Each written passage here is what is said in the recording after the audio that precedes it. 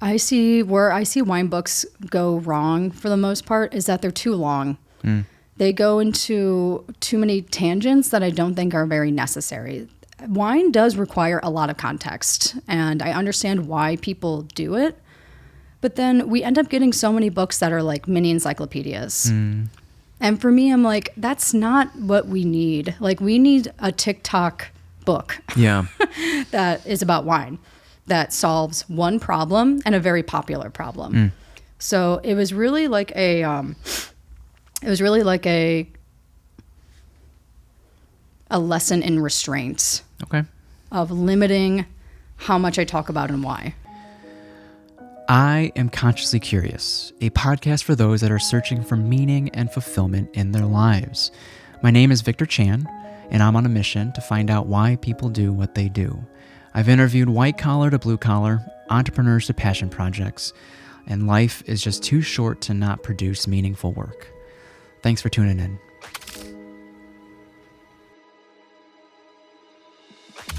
We're live. Marie Cheslik, you're in the studio. Welcome. Good to meet you face to face. I feel like our paths are parallel in the sense of we've come to a point in our respective journeys of kind of coming full circle to what we once thought maybe we were walking away from, to pursue a side hustle or a passion project, only to come back and kind of appreciate the balance of keeping the side hustle or a passion project as a hobby or a passion project, and taking the pressure away of needing to monetize that at the pace that is required in order to sustain the cost of living. Does that resonate at all? Okay. That's the whole podcast, by the way. Thank you. That's it. That's it, folks. Yes, 100%. I agree with you on that. Yeah, it's such a pleasure to meet you. And recently found out that our paths could have crossed a lot sooner in the 2010s, 2012 era at UIC. And that is what brought you to Chicago, was pursuing a bachelor's in science and nursing. That's right. Yeah. And while you were in school, you were a host at Hub 51. Mm-hmm. Now, did you? I'm sure you did. Did you have what type of job did you do prior to that? 'Cause, like, what made you, like, you have both feet in hospitality, whether that's the hospital or the beverage industry. But what was it? What experiences or who lit that fire under you for that love of sharing and taking care of others and nurturing? Yeah, it's a good question. So, I mean, the old Hub 51, which was a great job to have. It was like such a ridiculous place to work, RIP. No, it doesn't even exist anymore. That's how good it was.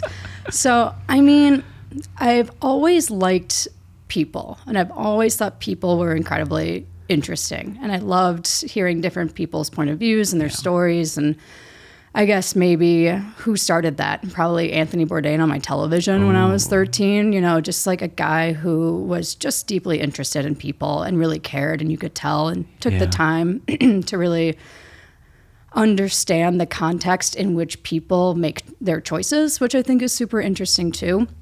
And I think this tied into a culinary world because of my dad. He's an engineer. He went to engineering school, but he's a great home cook. And so I remember cooking at home with him and being really interested in cooking and restaurant life. And I actually thought I wanted to be a chef before I wanted to be a nurse. And my dad, probably a little nervous, but very supportive. And he was like, if you really want to be a chef, like, let's go to the Culinary Institute of America in upstate New York, and let's take a cooking class together, and like, let's see. And I think he wanted to do it too, honestly. Wow. And he's like, and let's just see if this is something you want to do as a career. And he was really gung-ho about being like, is this a career for you, or is this just something you enjoy? Like, I'm here to support it, but let's go and figure it out. And he went as far as to go, like, let's take a trek, let's take a trip and experience it firsthand. Yeah, well, I think, again, he really wanted to do it too, and I think he saw like a nice like father-daughter moment, and it totally was. It was great. So we took a cooking class there, and it was so much fun. I had such a good time. But then I did realize, I said, I really like cooking, but I don't necessarily want to do it as my job, as my career. Can you share what aspect of that pushed you in that direction? My dad is a very pragmatic person. Okay. He has a lot of joys in his life. He likes playing video games. Okay. He likes comic books. He likes train sets. Like, he likes very whimsical, like childlike things. But he's a very well accomplished, smart engineer who went back to school to get his MBA. And now he's like, he runs a septic tank company now, and he's like 68 years old, you know? Wow. So he just like has a really good life balance of being like, you can enjoy anything you want to enjoy, but like, you want to ask yourself, how much money do you want to make? And what kind of life do you want to live? And I really appreciate that advice I got while kind of trying to figure out what I wanted to do with my life. And so I think that was the driving point of like, let's hone in on the things I like, which is people. I like science. What are jobs that are secure and I could work anywhere in the world and I could get paid, and it would be something that always exists, which is healthcare. So nursing kind of just made the most sense. And so I went down that path, and I'm really glad I did. Yeah, and was that cooking class at CAA, was that a one-day thing, a few hours thing? And I think it was a 2-day thing. A 2-day thing? And Yeah. but did they share like the sentiment of like how much work actually goes into making chef life as a career? Yeah, and I remember touring the campus. I remember going into, I haven't thought about this in a long time, so this is honestly great. I remember like going into the dorms, and I remember it was like an actual kid was like staying in the dorms, and I saw the homework, and the homework was like a slip pad of like different cuts. So there was like Brunoise and Julienne, and it was like, this is the certain shape and size it needs to be. Yeah. So it's like a real life, like you'd be cutting a carrot and you're like, here's a Julienne. And it's like, that's the homework. And I was like, interesting. Okay, got it. You know, and it's like, versus the homework I did in nursing school, which is like, I remember seeing things like that of like, this is where I would sleep. This is what I would do. This is what that looks like. And also like, these are what the hours look like. You're in class 12 hours a day, you know, and it's not dissimilar to how the actual work ethic is for a chef. And, you know, healthcare workers are not strangers to 12-hour days, but nurses only work 3 of them. Chefs work 6 of them. Oh, wow. You know, it's just But like... did you have that realization back then? No, but I think my dad, he was supportive, but, you know, That's thinking so about it cool. more back then, I do think he was like, you're going to be working a lot. That sentiment of, because I get the sense that he thoroughly enjoyed cooking at home. Yeah. And so that sentiment of like not needing to force your, you know, hobby or passion project to be your career. Yes. Wow. Yeah. And I'm so grateful. That's totally saved my ass so many times throughout my life where I could explore something and then come back to being a nurse. Okay. Because it's a practical thing. So. Okay. And so were there other nursing programs you were exploring prior to UIC? I grew up in Milwaukee. I got into UW, Okay. University of Wisconsin, Milwaukee. And then I got into UIC. And then my dad, he was like, we've saved money for you to go out of state if you want, but you have to take out student loans. Okay. That was the caveat. He's like, otherwise, if you want to go to UWM, we'll pay for college. Yeah. And I'm annoying, obviously. I'm like, I want to get out of Milwaukee. I want to get up where I grew up. So then, I went to UIC and took out student loans. But you stuck to the Midwest? Yeah. Okay. Yeah. Okay, cool. Did you tour before you made that decision? Not really. Yeah, No. okay. Yeah, I knew I kind of wanted Just to stay out in of the Milwaukee? Yeah. I like the Midwest. You know, I didn't necessarily need to go anywhere else. Did you ever do probably- family trips to Chicago? Not really. No. Whoa. I just kind of knew that's like where, if I like people, that's where the most people are. And that's the most different, like, you want to talk about like meeting different people. Yeah. You're going to meet them in Chicago. Yeah. Or any other big city. I unfortunately slept on the diversity and the potential that this city provides as an undergrad, and I probably came into myself in my mid to late 20s when I really sunk my teeth into healthcare and working as a paramedic that would take me across South Side, East Side, West Side, North Side. But I can imagine your maybe host job and just this commute to downtown and school really threw you into that mix, and you really appreciated the diversity and the potential that this city offers. Yeah, I remember being at the dorms at UIC, which is still in the same place, which is like Halstead and Harrison or whatever those cross streets are for UIC. It's the same building. And I remember every weekend I said, I'm going to ride my bike to a different neighborhood and eat at a random restaurant. Oh, good for you. And so I rode like all the way up to Rogers Park. I rode down to Pilsen. I rode, I kind of rode to Wicker Park. And then I ended up finding kind of like my favorite neighborhoods. I really liked Wicker Park at the time. I ended up moving there after I got out of the dorms, and it was just a really great way to explore the city. Just because it's so big, and it's like there's lots of great restaurants. It's very I love adventurous going out of you. Well, it's fun, baby. That's the point. Isn't that the point? I agree. I gotta say, and maybe I just don't know too many people, but like the people that venture away, because my first dorm was Commons West, right at that corner so too. Funny. And when you talk to people that move out of the dorms, they're typically along the IMD district and around Taylor Street and whatnot. And so I don't think I've ever met anyone like that ventured within their undergrad season, and I'm sure there obviously are, but like to Wicker, and that's so cool that you had that adventurous spirit so early on. Yeah, thanks. I remember going to like Taylor Street and like getting Thai food or whatever, and it was like, and it was fun, and that's what most people did. But yeah, I wanted to see what was out there. Okay. What and the nature of this school was like 2 years under of like gen eds and then 2 years of nursing school. Yeah, exactly. Okay. So yeah, I had to reapply to the nursing program. So like when I got in 2010, that was for like general bachelor science undergrad. And then I had to reapply to UIC's nursing program, which I got in, thankfully, the first year hard. too. It was harder than I thought it was going to be. Yeah. Especially because I got a C on my first like general chemistry course. Okay. And I was like, I'm so screwed. Like, I needed help. I needed help with that. I think I could do much better now, but I was such a ball of anxiety when I was 18. And that's one of the first classes they make you take is like such a weed out class. Yeah. It's like, how many people? Like 200, 250 people? It was crazy. It was like a huge, it was like 250 people gladiator arena. You can barely hear the professor. And it's like. The professors sometimes don't give a shit either. I mean, they get their income from research, right? So Yeah.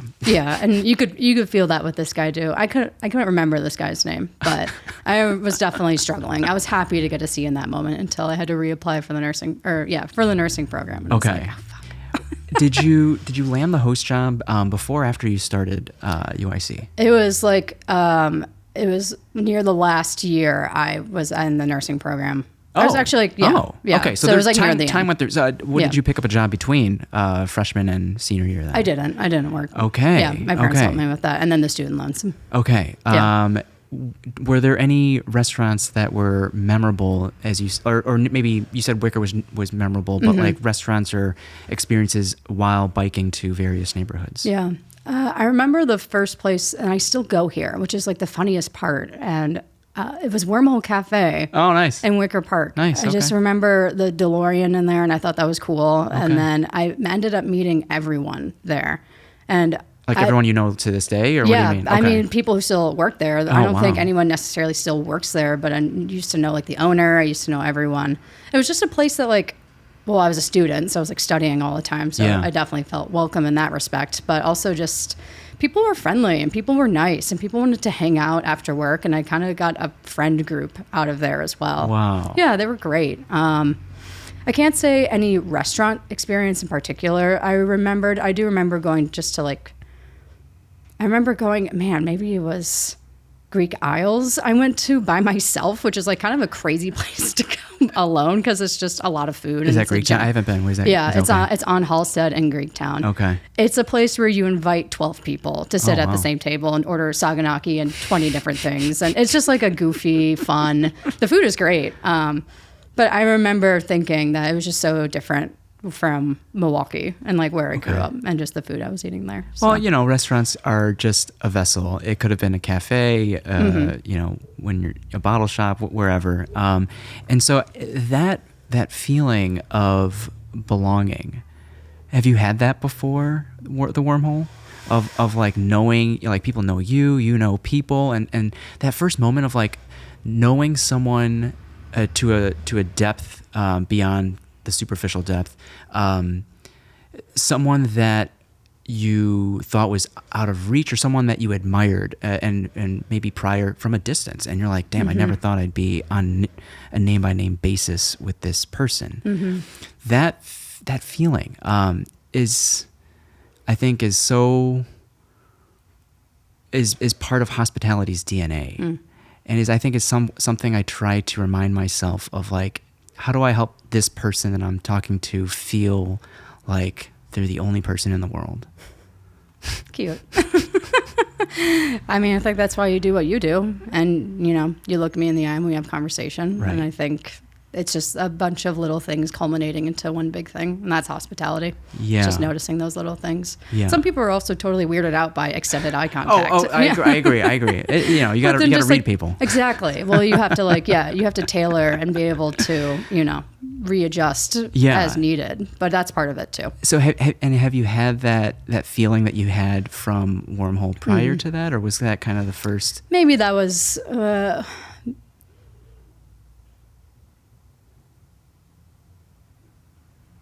I was lucky to have like a band of misfit friends in high school, and it kind of feels like that. And we would throw stupid parties, like with dumb themes. And if they're watching this, they're going to laugh. But we had a tape something to your head party. Okay. So just like a reason to throw a party. Yeah. And just like a reason to get together was like something we were really on board with. Okay. And I think it's that same spirit of like kind of frat party. Like yeah, but in your own way. Yeah, exactly. Okay. And I really enjoyed that. I really enjoyed having my small group of people. And we would hang out, and we would get, in my high school, we would get an hour-long lunch break off campus, which just meant like people got in trouble. People were like definitely smoking weed and like doing things they weren't supposed to. But like we would go to this place called Pizza Shuttle in Milwaukee, and like it was just enough time to drive to Pizza Shuttle, eat a slice of pizza, and go back and just like barely make it to your next class. And I was like, it's fun. It's camaraderie. And I think that's, I guess I've never made that connection, but that same sort of linear camaraderie I have found, yes, in restaurants and certainly working in healthcare as well. Yeah. With the right group of people. It's hard to find the right group of people in healthcare all the time, but they exist more naturally to me in restaurant world. Okay. I find. Yeah. I feel like I had, so like I met the co-founder of the EMT business in college, and despite having a solid like core group of friends in college, I still didn't, I don't know what I was missing, but like I'm trying to remember what experiences led me to start caring about what I actually wanted to do with my life. When did you have, or was it like the school reinforced this belief of like nursing is it for me? Or like, when did you start like going all in on yourself? I think I started going all in on myself after I got my first nursing job at Northwestern Memorial. I had worked there for about a year and a half, 2 years. And I remember looking up eater articles and just restaurant reviews and things like that, and just wishing I was part of that world. Okay. And I said, you know what? I'm just going to try. And the worst thing that ever happens is that I'm just going to be a nurse again. And I think having something stable for me is what makes me take risks. And when I took my first big risk, which I would say is like starting at a Michelin star restaurant, I knew if it was like, well, if I'm gonna do this restaurant thing, I should work at the best restaurant, whatever that means. But that's what I thought the best restaurant was at that time. And for me, I wanted to work at a 1 Michelin star because I wanted something approachable and not necessarily super white tablecloth, feels like I'm working in an art museum type thing. I wanted something that had a little spirit and a little personality to it. And so for me at the time, it was either Parachute or Elska. And I remember applying to both. And I remember Kyle Davidson, who was the general manager at the time, he was a cocktail guy. He worked at Violet Hour. He was really like a bartender, but he was general manager and did the beverage program. He did a lot. But I told him I was interested in getting into wine. And I won't get into necessarily why I thought that at the time, but he was very open to helping me with that. And I also think he probably appreciated some help with that because he had so much on his plate. But that was the thing where I decided that I could trust myself more. It's like, okay, let's take the leap. Okay, great. I didn't fall on my face. And even if I fell on my face, like it probably wasn't that bad. Like I took the leap. That was the big scary thing. I failed a little bit along the way, but for the most part, I did pretty good. Yeah, I knew what I wanted. I said what I wanted, and I got what I wanted, which doesn't always happen. There's usually a couple more roadblocks to that, but I showed I was serious. I came early. I did all the things I felt like I was supposed to do. I made flashcards. I went through the Court of Master Sommeliers. I went to tastings. I blah, blah, blah. I did everything. Yeah. And I also wanted to make sure that they saw that too. Because that's how restaurant world works too. People want to see, it's kind of like the military. People want you to see that like you're first one in, last one to leave type mentality. For the most part, you know, front of house is always a little different. Like back of house chefs and stuff are always going to be the hardest working people there in all honesty. But if I can be the hardest like front of house worker aside from the bartender, I would call that a win. It does. Yeah. Yeah. But prior to that, Hub 51, was that your last hospitality job? Oh, no. Hub 51. Okay. No, yeah, there was Hub a range. 51 was like 2014, 2015. And then I would say I started working at Elska 2016, 2017. And then COVID happened. Okay. Yeah. But was there anything in between? In between those two, I was working as a nurse. Okay. Yeah. So that's what I mean. I've been going back and forth. That's what but like you had a level of seriousness that obviously it took to be successful and to climb the ranks at Elska. Mm-hmm. But where did the know-how to do what you did come from? Unless you were was it like that at Hub 51, or you were just observant? No. Could you imagine? Like that's what I mean. It's like where did you get that from? No, yeah, the Hub 51 was just like it was such a ridiculous place. Like I remember, it was just one story about Hub 51. They served beer on tap at the host stand. Oh. Which was like a very strange thing. And I was like 18, 19 years, or no, I was underage. I remember being like, I can't serve alcohol. And they're like, it's fine, you're fine. I was like, okay, well, they're closed, so it's fine. But I remember like pouring a beer for someone who was angry that their reservation wasn't ready, and we were like 10 minutes late on it. I remember it was St. Patrick's Day at Hub 51, and I started at 11 a.m. Oh. And as you know, they dye the river green, and it's a whole thing in Chicago. And we get drunk people coming in at 11. My shift ended at 3, and I remember taking a bribe for $100 for they're like, we have 13 people, and we just want to be here for like an hour and a half. And I was like, well, let me see what we got.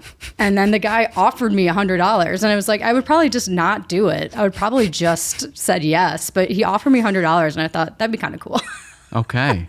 Just to come in. Just to come in and sit at the table for an hour and a half on Yeah. St. Patrick's Day, which is like, if you've ever been on Hubbard Street on St. Patrick's Day. It's hard to get in anywhere. It's the streets are packed. Yeah. It's crazy. But it's this level kind of like camaraderie and kind of feeling like I'm in a movie where I'm like, it was kind of cool. And I felt like it just felt meaningful. It felt fun. And I enjoyed it.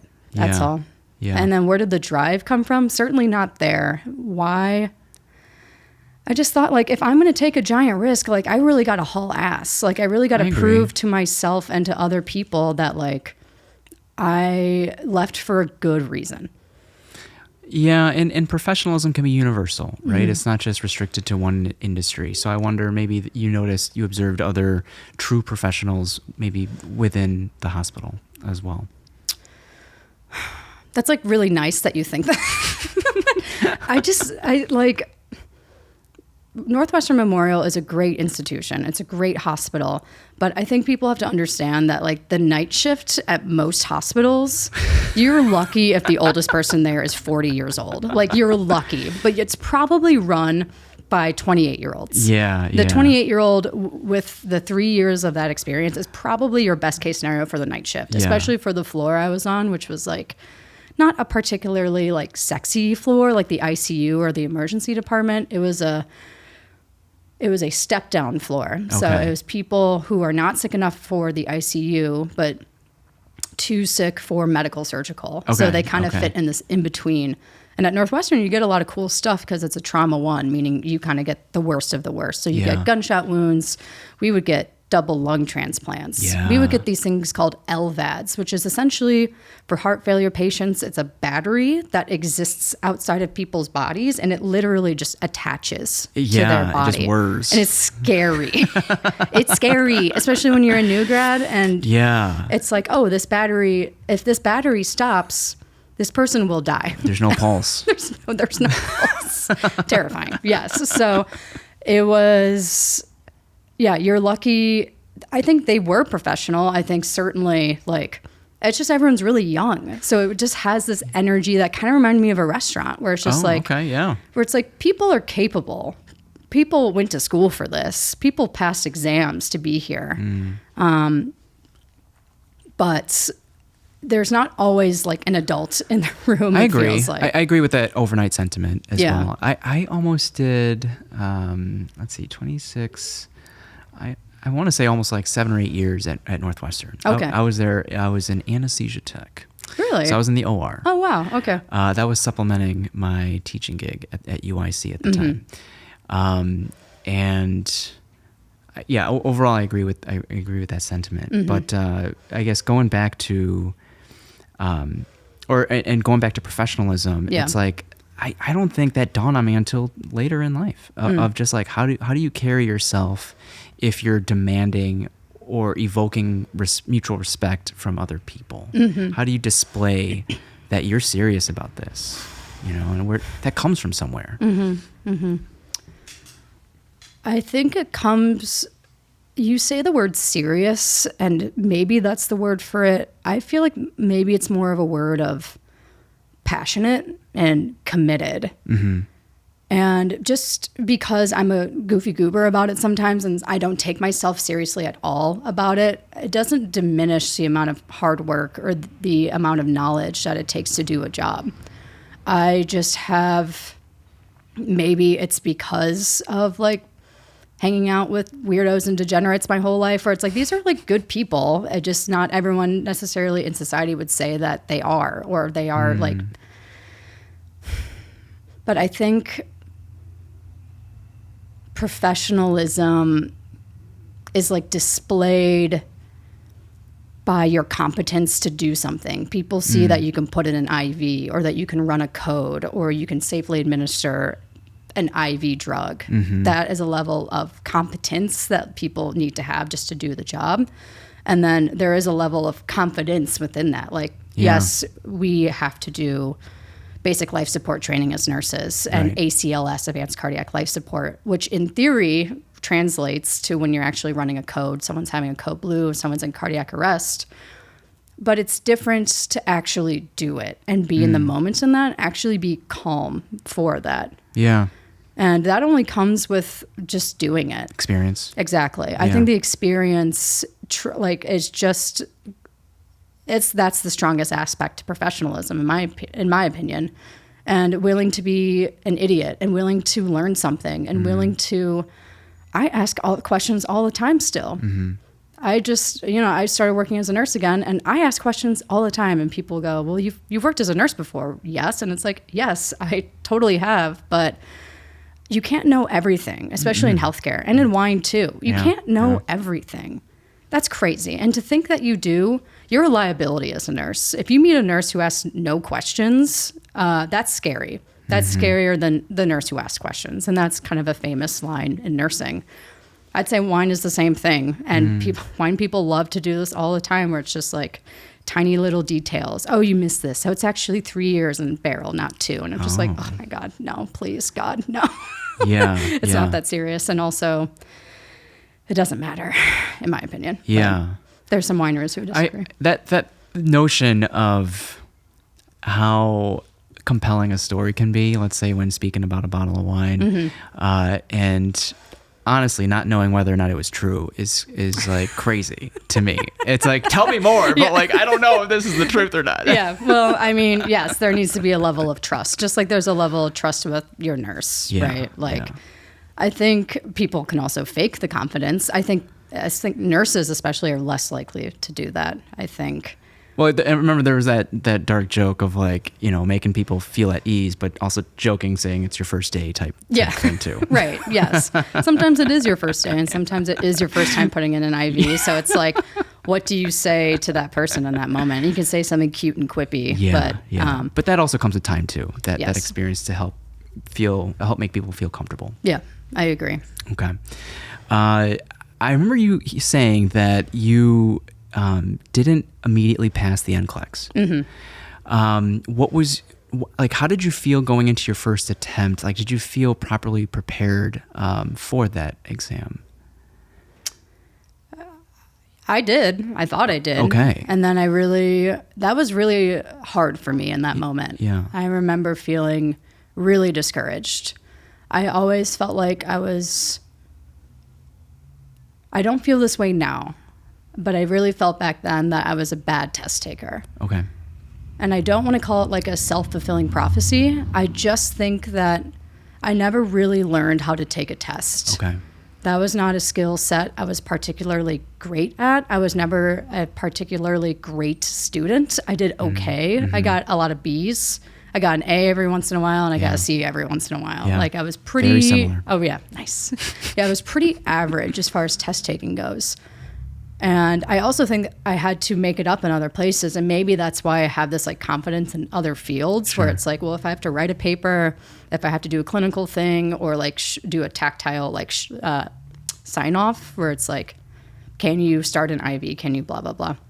It's like, well, I better kick ass at that because I'm like a really mediocre student. At least I felt like that at the time.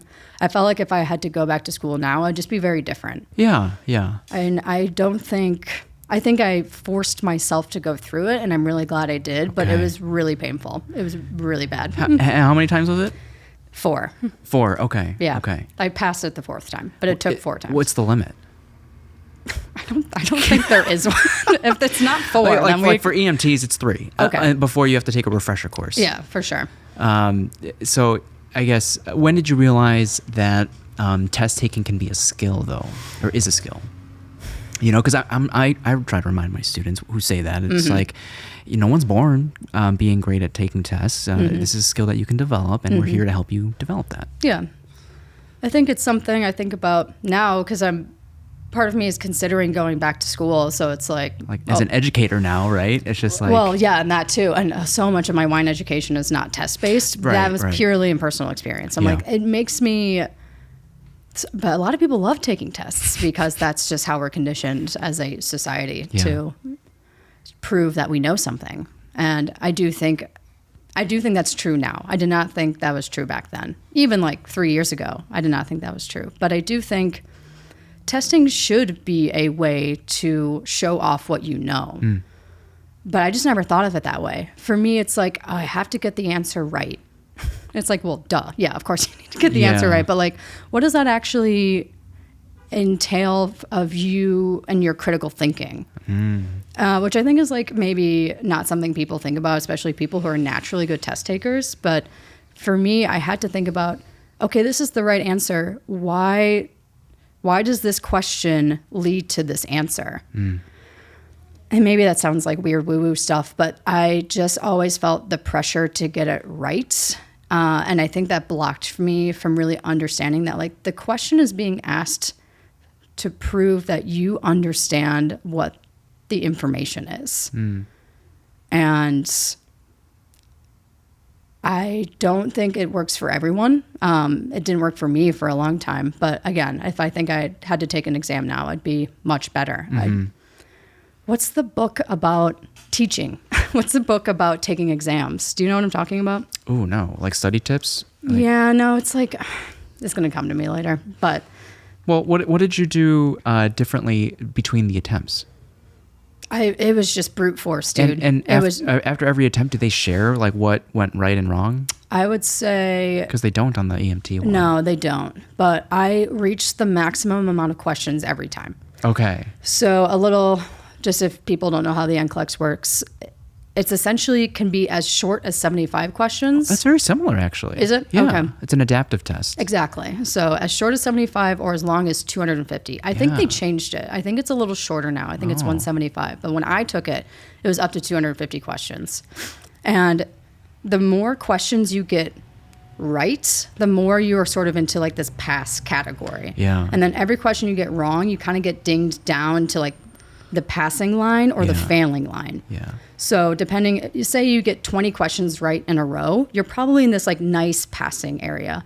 But if you get 20 questions wrong in a row, you're in this slowly fail area. Yeah. And it could turn off either way at 75 questions. That either means you did really great or you totally bombed it.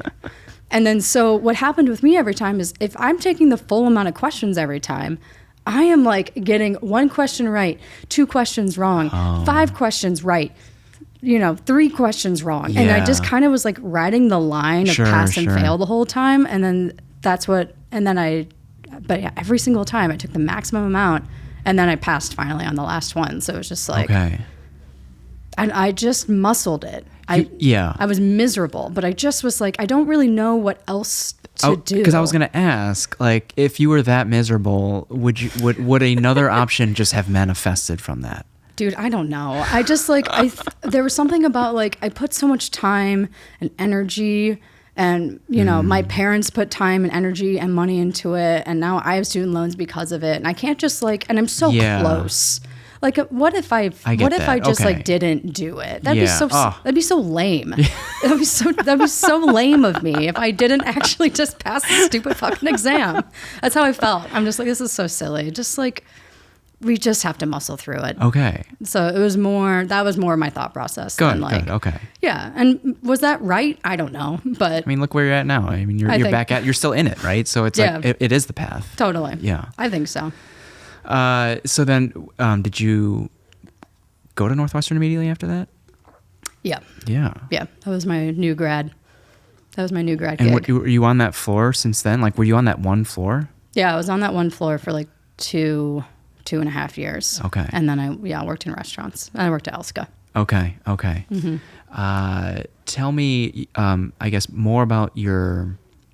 Well, is there anything that we're missing or skipping in your about 2 years at Northwestern? I had a brief stint in Philadelphia with the guy I was dating. We lived in Philly for a year. I worked at a restaurant called Zahav. And so that's... So you kind of gave up the nursing for a little bit? Well, since it took me 4 times past the NCLEX, I was kind of like twiddling my thumbs for a year, being like, okay, I can't work as a nurse yet. You want to go move somewhere? Yeah. And I was like 23 or something. Yeah. So we moved out there together and it was fun. And then, I worked at Zahav, which was, it's still there. It's like one of the most popular restaurants in Philadelphia. And it was a different, I wonder if Michelin's there now, but I wonder if they would have a star. Okay. But I feel like the kind of service, maybe like a 1-star or like a bib gourmand. Yeah. Okay, wait. So that's what I mean. So you have been exposed to other, I would say, like high caliber professionals. Yeah, that's true. They were over there. They really cared over there. That was probably the first place I saw them really care about working in a restaurant. Okay. Yeah. And what was it for you that opened your eyes to the world of wine? A little of my dad again. It's this idea of being pragmatic. It's this idea of, I like working in restaurants. I want to be front of house, which means server, bartender, whatever. Talking with people directly. I'm not a chef. What is something that I could do in restaurant world that was front of house, where I could still talk to people, but I could also maybe have a career out of it, or I could finesse another skill set out of it. And wine seemed like something where it was a part of every restaurant, but people didn't really know what to do with it unless if you were a fine dining restaurant. People were like, oh, you have to have a wine list. It's like, well, why? Like, why? Like, what? Who cares? Part of me said, who cares? Because I'm from Milwaukee. Mm-hmm. I didn't grow up really drinking wine. I did PBR or, slap the bag, a little Franzia action, like I think that's what most Americans do, especially in the Midwest. If you grew up in California, it's a little bit different, but I think for most of America, wine is sort of like a thing you get at restaurants and no one really knows why. I think historically they would tell you it's like, well, the French idea of a restaurant, which was the original restaurant, was in France. So they always had a wine cellar. That was just like part of the French culture. So that's why restaurants, the original restaurant, had a wine list. And then that just kind of double, tripled all over the world. And then it got to the U.S. I don't think I ever knew that. Yeah. That's cool. And so wine was a good thing for me to put my own spin onto things and try to do what nurses do with trying to educate heart failure or diabetes patients. But it's like, I can do that with wine and talk about it in my whatever way. Did you have the realization that hospitality can be a long-term career prior to exploring wine? Because I didn't have that realization until speaking with a bunch of hospitality industry on the podcast. I unfortunately. Yeah. I think it's less common in the United States. I think if you in the EU and Europe, it's very common to have career servers. If you live in New York City, there's a lot of career servers. I would say in Chicago, the only career servers I really see who work are ones who work in 2 or 3 Michelin star restaurants. Or ones who work for like Let Us Entertain You, like these steakhouses or some steakhouses, a place that will exist for as long as you live and will have steady income for as long as you're there and will take care of you. Okay. And I throw Let Us Entertain You in there because Tre Dita, which is a pasta restaurant that Evan Funky runs, is Let Us Entertain You. And I remember going there and seeing servers from Hub 51. Which is also Let Us Entertain You. I don't think I knew that. So it's just like you can be a career server in a restaurant group and just like change. I see. Just like you can work in healthcare, work as a nurse and just change what unit you're on. Like I've been working ED forever. I want to try something else. And then so the people working at Let Us Entertain You are like, I've worked at Hub 51 forever, which is like maybe not the most like exciting food in the world, but it's very consistent. It's very steady. You make great money. You get PTO. You get all the little bells and whistles. Yeah. That a lot of independent restaurants have a hard time providing for staff. And I see the value in that. I think that's great. I don't think there's a lot of places like that exist. So I really commend places like that. Otherwise, you're in New York where you can always find a job and you can find a job that pays well because there's just money there. Okay.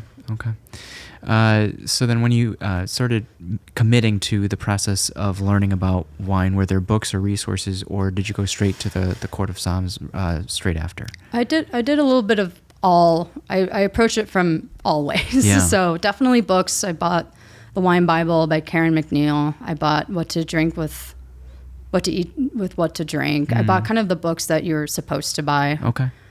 To learn about wine. I went through the Court of Master Sommeliers because despite my hatred for test taking back then, I understood that structure was important for me. And I liked kind of having like a college school system to learn about wine. And I think Court of Master Sommeliers does a good job with that if you like learning in that way. Is it comparable to the WSET? They're similar. Similar, but is one more held in a higher regard in maybe in the restaurant industry than the other? So I would say Court of Master Sommeliers is really for sommeliers. So a sommelier is someone who works in a restaurant. Okay. So you have to know things about wine, certainly. That's part of it.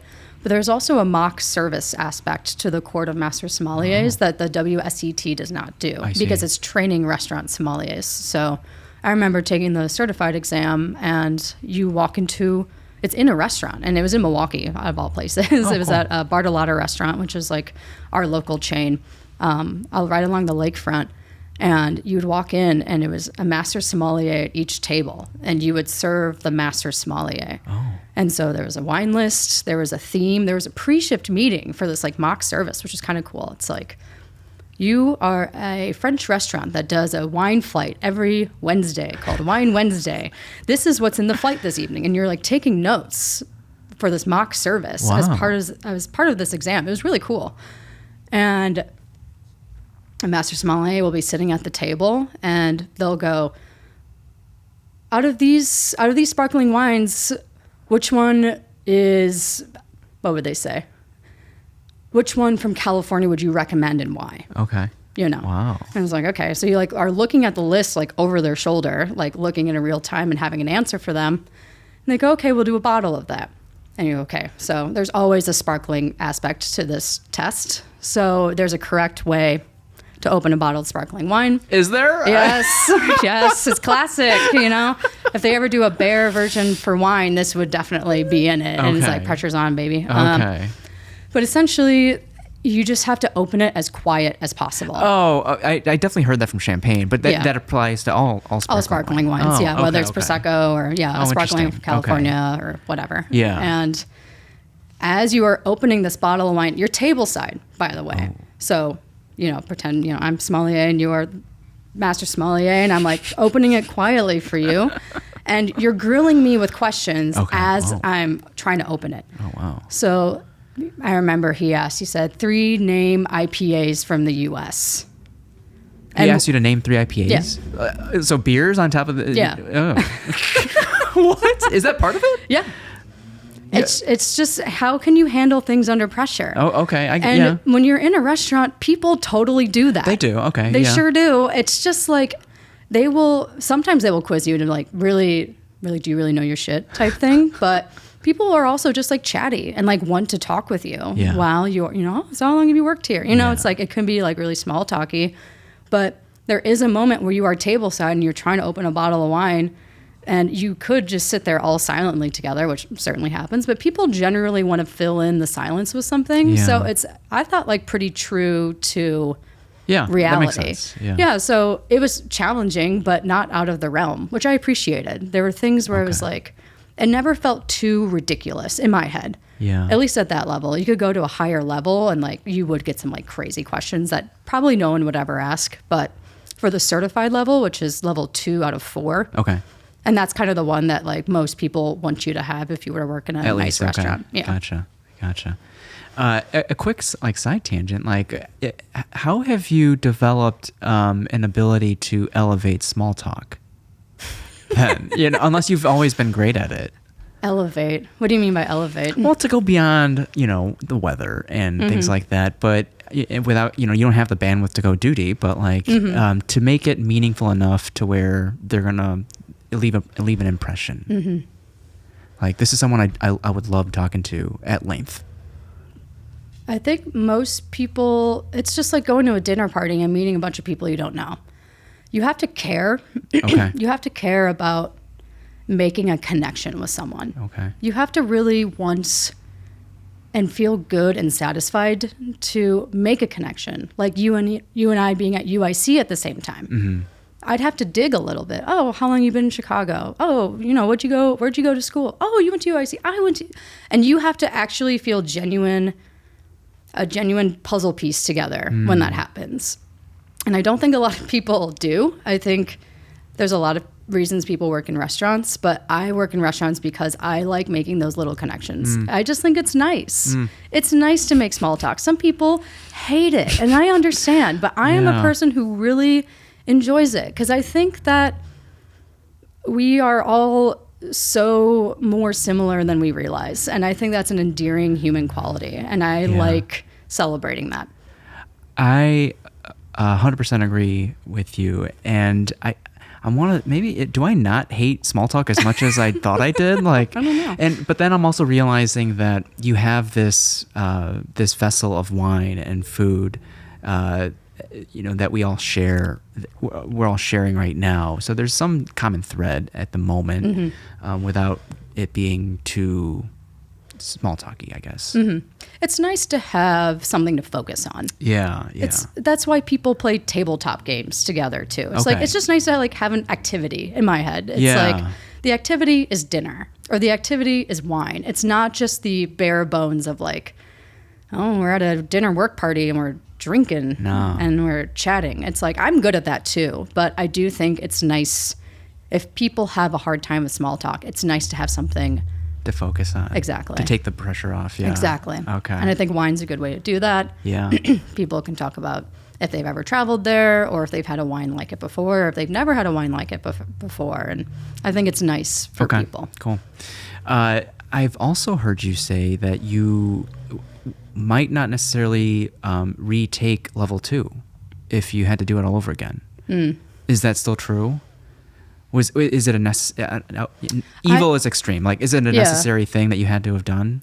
I think for my journey, yes. Okay. I think when people ask me if they should do Court of Master Sommeliers or WSET or take anything, I don't think it's for everyone. I think it was for me, and it was for me at that time for sure.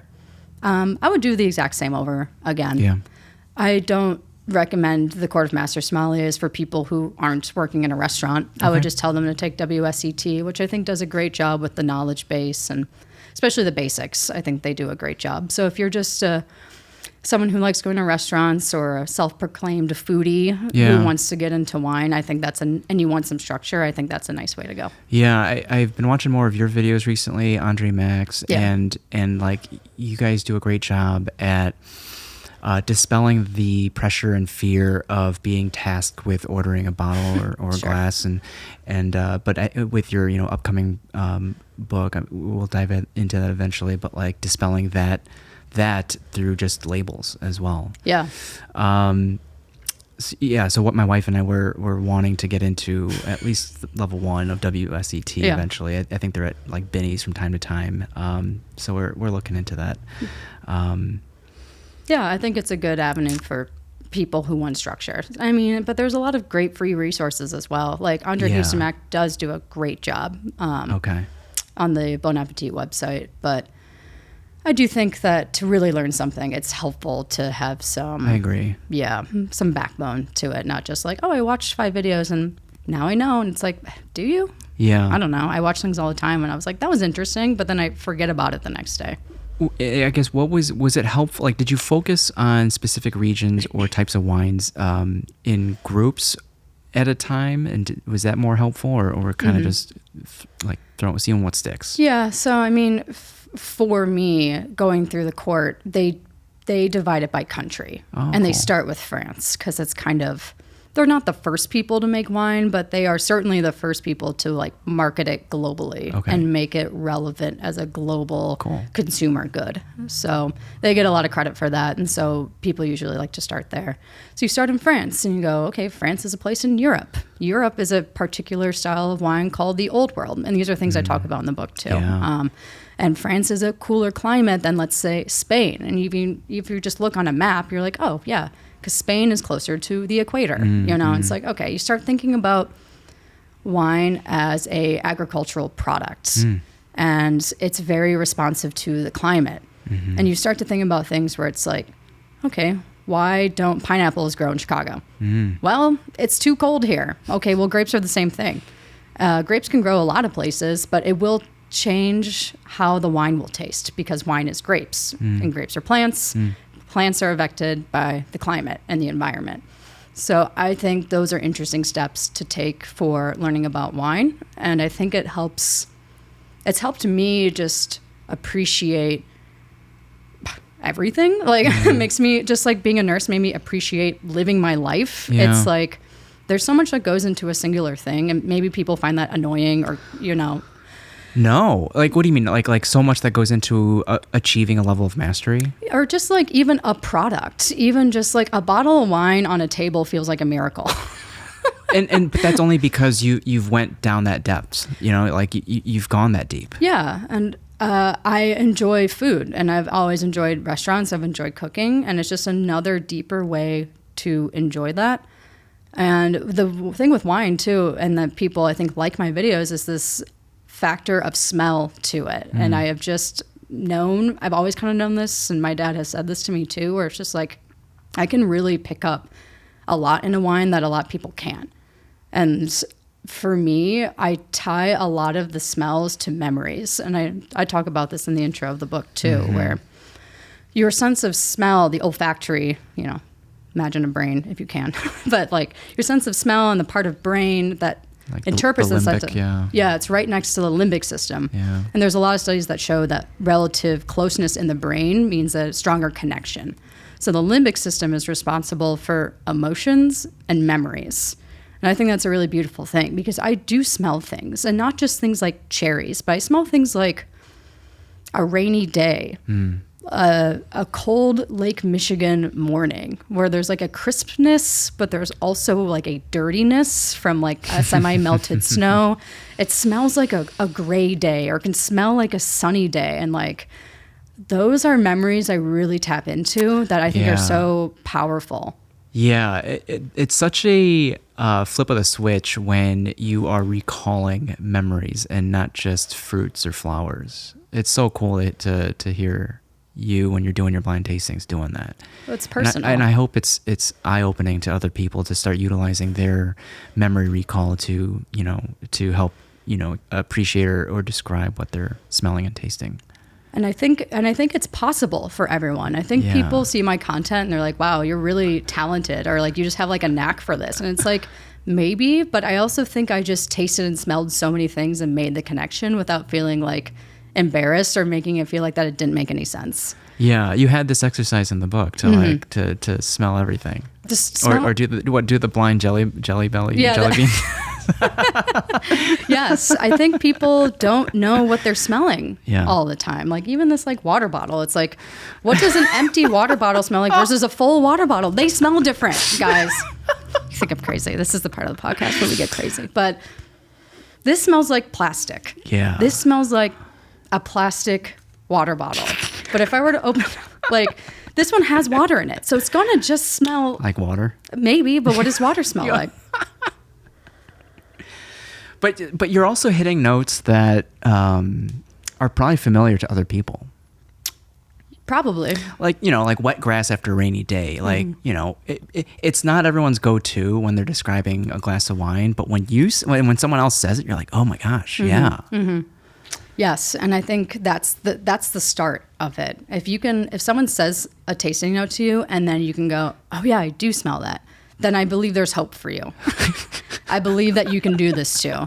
If I said that and you're like, I have no idea what you're talking about, I'll just be like, never mind. Honestly, Yeah. just like, you can enjoy wine, but I wouldn't necessarily we're not maybe always going to speak the same language on it, and that's okay. No, I know you say this all the time. It's very subjective still. Yeah. And to not take it too seriously, but Yeah. it's fun. It's fun. It's a great exercise. I hosted a show with the maker of that cold brew, Justin, and his show was largely about training palates, and I did awful on that show, but it didn't last too long. I feel like if we did it longer, I obviously would have gotten better. But it's very fun to taste and like, for example, he brought natto, and I was like, I can't, but like maybe after several tries, maybe. Yeah, sometimes things are just an acquired taste, and that's true. Yeah. And I do find that coffee people and wine people are basically the same people. Doing a little scroll. I saw Mikey Ronaldo on your feed. Who's that? Ooh, he's in your grid. But he is a coffee roaster in Chicago. Oh, is he Bots Coffee? No, New Math. New Math Coffee. Oh, I know Mikey. I know Mikey. Okay. I know. Sorry, Mikey. Okay. I think he previously spent time in wine. Yes. We definitely did. Yes. Okay. I'm sorry, Mikey. You're right. I haven't seen him in a while, but yes, I think I meet a lot of coffee people. Okay. Who very much resonate with my content, and to me, it makes a ton of sense because it's much like wine is a grape that can taste like a gazillion things. Coffee is a coffee bean that can taste like a gazillion things. And it's we call it terroir based. So terroir is just this French idea of coming from a place. So you incorporate the climate, the soil, what kind of soil is grown there, even the winemaking techniques of that region. Wow. Or the roasting or drying techniques, if it's coffee, of that region. And that's how you can get an idea and blind taste these things too, of being like, okay, like, this wine is red, and I can tell there's a process called carbonic maceration on it, which ends up tasting like bubble gum or like tutti frutti jelly beans. Okay. And there's only so many places in the world that does that. And so therefore, I think we're in Beaujolais. There's some things like that in coffee too. Okay. That I think it's kind of like a fun party trick, I guess. Gotcha. But it's real, it's real.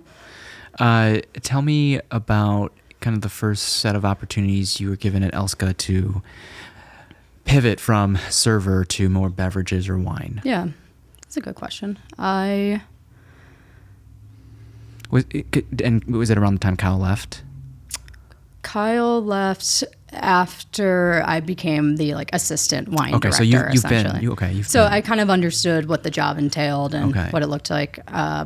I started doing inventory. That was a big thing. So I was touching every bottle that would come in, placing it into like the correct rack. Because a lot of being sommelier is just doing inventory and seeing how much wine you have and making sure we don't run out of anything and making sure that the menu is updated if we do run out of something. That's the majority of the job. And did any bottles pique your interest at that time? Like, were you reading labels at that time? I sure was reading a lot of labels. Well, that was a piece of advice Kyle gave me too. Was that if it's a good place to start, because it's really just when you are table side and you have something like this, for example, and it's like, this says Kyoto Black. And it's like, it would be nice to know why it's called Kyoto Black.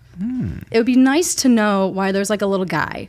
Who is this guy? You know, the label will be able to guide you in a pragmatic conversation table side. Yeah. And so he's like, if you don't know what this wine is or don't know anything, just like whatever's kind of on the front, just know those things. Yeah. And then for me, it's like, okay, Kyoto style cold brew coffee. I'm like, I don't know what Kyoto style is. So for me, I'm Googling Kyoto style. Okay. So then at least I have something to say to these people when I actually have never tried this wine before. Yeah. Or I've never tried this cold brew before.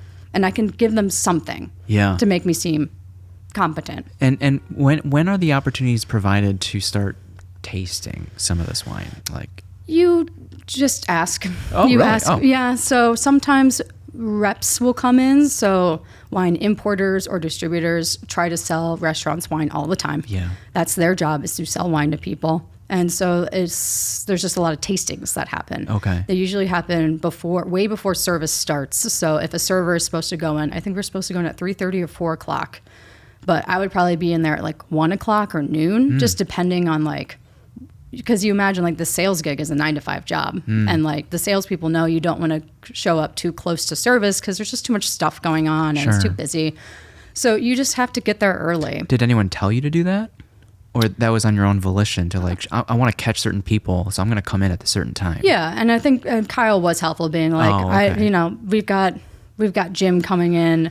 He usually carries this kind of wine. Wow. You know. So that's Kyle, so good. Okay. Yeah, so Kyle was good about that too. But I would show up and then just ask for more of it. Okay. So it was very much a two-way street, which is not always the case with some of these hospitality jobs where it is like a little more brutal. Some people don't care that you want to learn about wine. It's like, how you expect it to grow, you know? Well, it's like the more you put into someone, they're going to give back. You'd think so.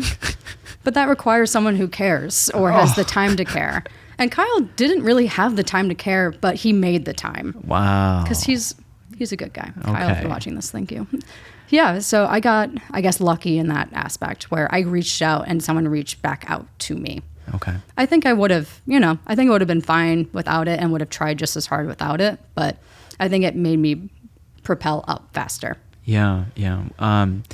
In addition to the consistent curiosity and Googling, did anything else help you start to connect the dots with regions and terroir and all, Yeah, it was a lot of tasting.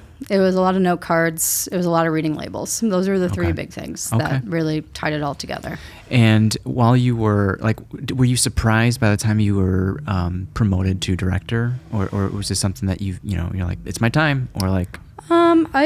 I never anticipate how long these things will take. I know that it's, especially with Kyle, when Kyle was still there, it's like, well, this dude runs the program. Like, maybe he never wants to get rid of it. Maybe he never wants to let it go. But I kind of had a feeling that he did. And so I sort of knew it was going to happen. I just didn't really know when. But then when it did, I was really grateful. Yeah. And you were ready. You felt ready? I felt ready. Yeah. And if not, you're going to do what it takes to get ready? Yeah. Okay. Yeah. It's just it's frankly just like a lot of emails. That was like the biggest difference, was a lot of emails and then getting invited to things that I couldn't always attend, whether it was like tastings, or I remember getting invited to Pinot Camp, which is like kind of a cool opportunity that happens in the Willamette Valley in Oregon, where they invite a bunch of wine directors and sommeliers to try a bunch of wines in the Willamette Valley, and they fly you out and they put you up, and it's like pretty sweet. Cool. Yeah, it was very cool, but I couldn't go. Which this happens all the time. You get the opportunity to like be seen as like a wine director for a Michelin star restaurant, which is like a very nice title to have, but then it's like I can't actually go because I have to be in the restaurant. Because I was there every weekend. That was the caveat with Elsko, was it was only dinner and it was only 5 days a week. That was the hours of service. Okay. But you had to be there every day. And if you wanted a day off, it basically had to be a wedding or a funeral. Oh, wow. It was really hard to get off for like basically anything else. Like that was just kind of the culture. And I was on board with that at the time too. Yeah. Because it was just like, well, like I'm here to learn. And like I gave up a nursing career to, well, I give it up, but like I've left a nursing career to pursue it. So like, let's just sign in and go full throttle and see what happens. Damn. So I didn't mind, but it's not for everyone. Because if you have kids, if you want to do something else, you know, like maybe not the best place to work. But for me in that moment, that was perfect for me. What led to, what do you think you did or cultivated that caught the attention or recognition of these awards? There were two, right? Mm-hmm. From James Beard. Nothing from James Beard. Rising. I got a Jean Bachet. Oh, that's what it was. Okay, which is our Chicago local culinary awards. We have James Beard in Chicago as well, but Jean Bachet is the more local one. So I got Best Sommelier. Yeah. And then, although it wasn't official because it was right before COVID, I did get Eater's Young Guns, but they were and they sent me, they were like, we're talking about it right now. It's going to be great. And then COVID happened. They were like, we're not doing that right now. And it's like, that's fine. So, but then, I had the Eater write about something that I was doing for the program. I think it was an orange wine thing, but I think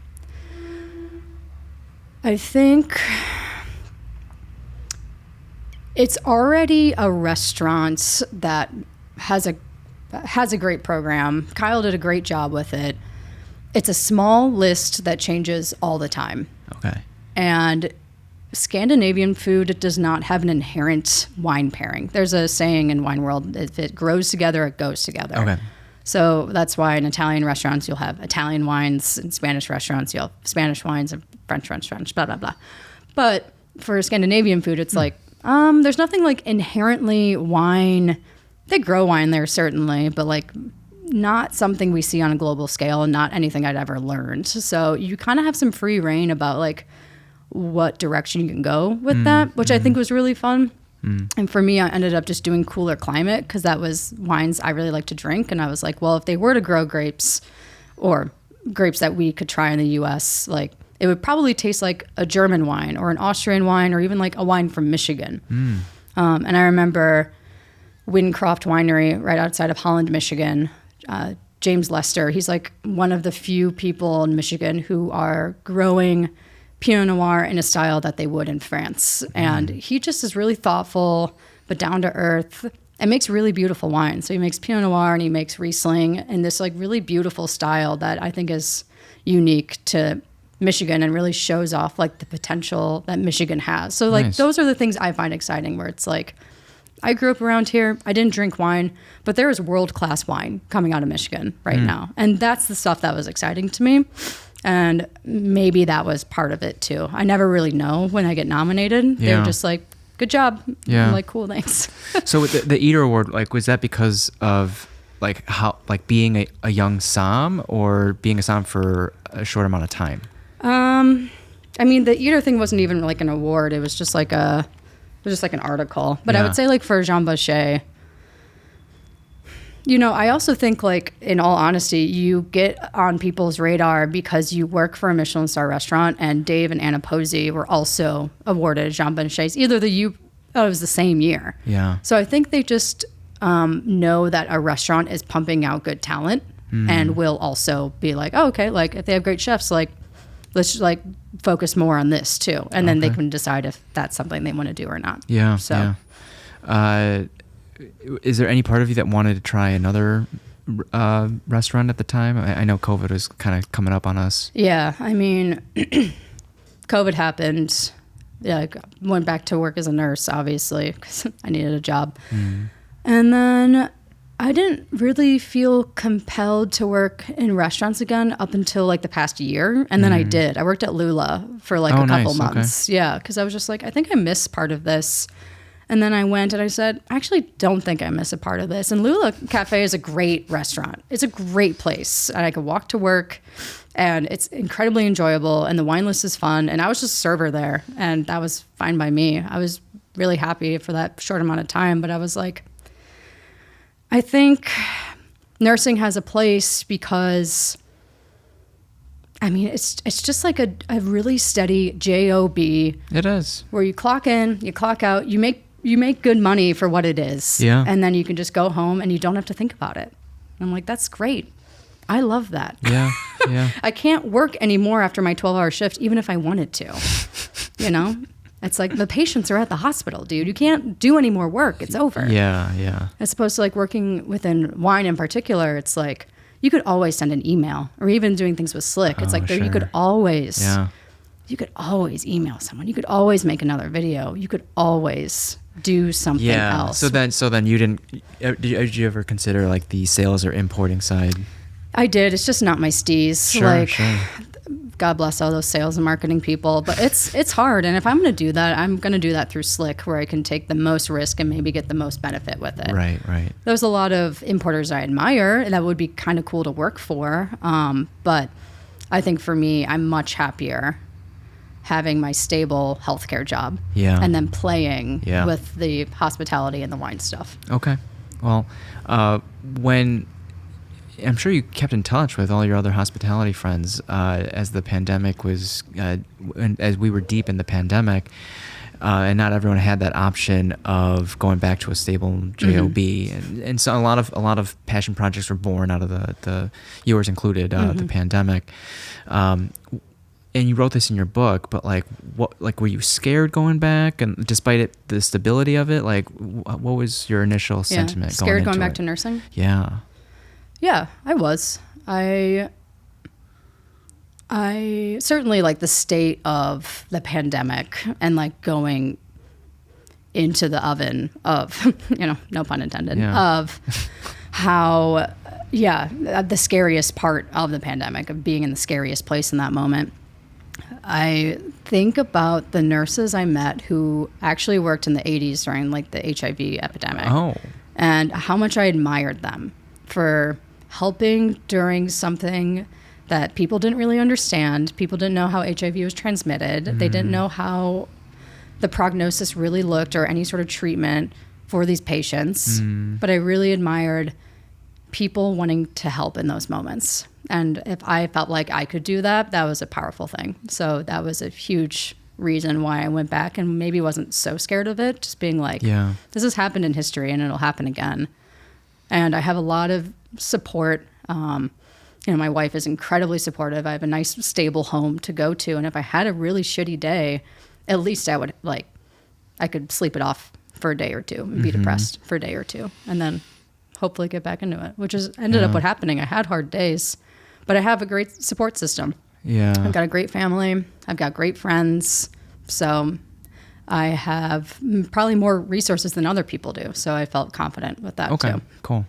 And then throughout the experience, you shared in your book that like the patients in the hospital taught you about death and how to the meaning to life. Yeah. And then wine. Yeah. My quote is that working in the hospital taught me the importance of death, but working in restaurants and wine taught me the importance of living and life. And I think that's still very true. Yeah. I think you've said this on a previous episode as well, of the unfairness of life, and how it's crazy. How someone can live their life to the T of pinnacle perfection and still find themselves needing to be hospitalized. I was hospitalized last November. I had abdominal surgery. Really? Yeah. You look like a lean, healthy dude. I lost 10 pounds throughout the process. I was there for a week. Scary. And as a healthcare provider, I thought I could fix this obstruction on my own, and I couldn't. No. And on the third day, I submitted to the process. I'm like, I'm going to go get checked in. So, it's that's what I mean. Is like life is unfair. It is. It's. I've seen marathon runners get stage 4 lung cancer. This guy had 3 kids and he was 45 years old, and he was a marathon runner, And then stage 4, you're probably not coming back from that. It's just, and then there's people who smoke a pack a day, and then they might have diabetes or, COPD or something. But they live a long But they life. might live to be 90 or 100. There's some evil people in this world who end up living to be 100 years old. It's just like, I don't know. Obviously, I don't have the answer of why these things happen. We do our best to, yes, there are things we know about, like, you shouldn't really smoke. You shouldn't really drink all that much. You should really eat more vegetables. Yes, but also no. It makes it feel so regimented.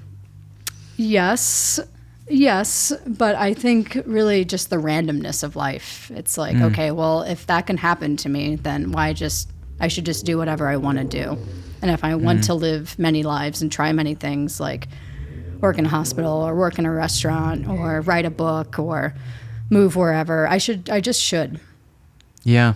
I just should, because life is short, but also life is really long. So it's it's this idea of like, life is short in that you should try things, but life is long in that you could live to be 80. In the sense of like to alleviate any fear. Yeah, and to be like, it's okay if you're not very good to start. Yeah, because you actually probably have a good chunk of time to like keep trying. Yeah. Like sometimes when you start a business, you need to actually give it 5 years or maybe even sometimes 10 years. There's all these like quick success, the quick fix, that's what we base our entire economy on, is like quick fixes. But it's like, sometimes things take a decade. Yeah. Sometimes success is not guaranteed. Yeah.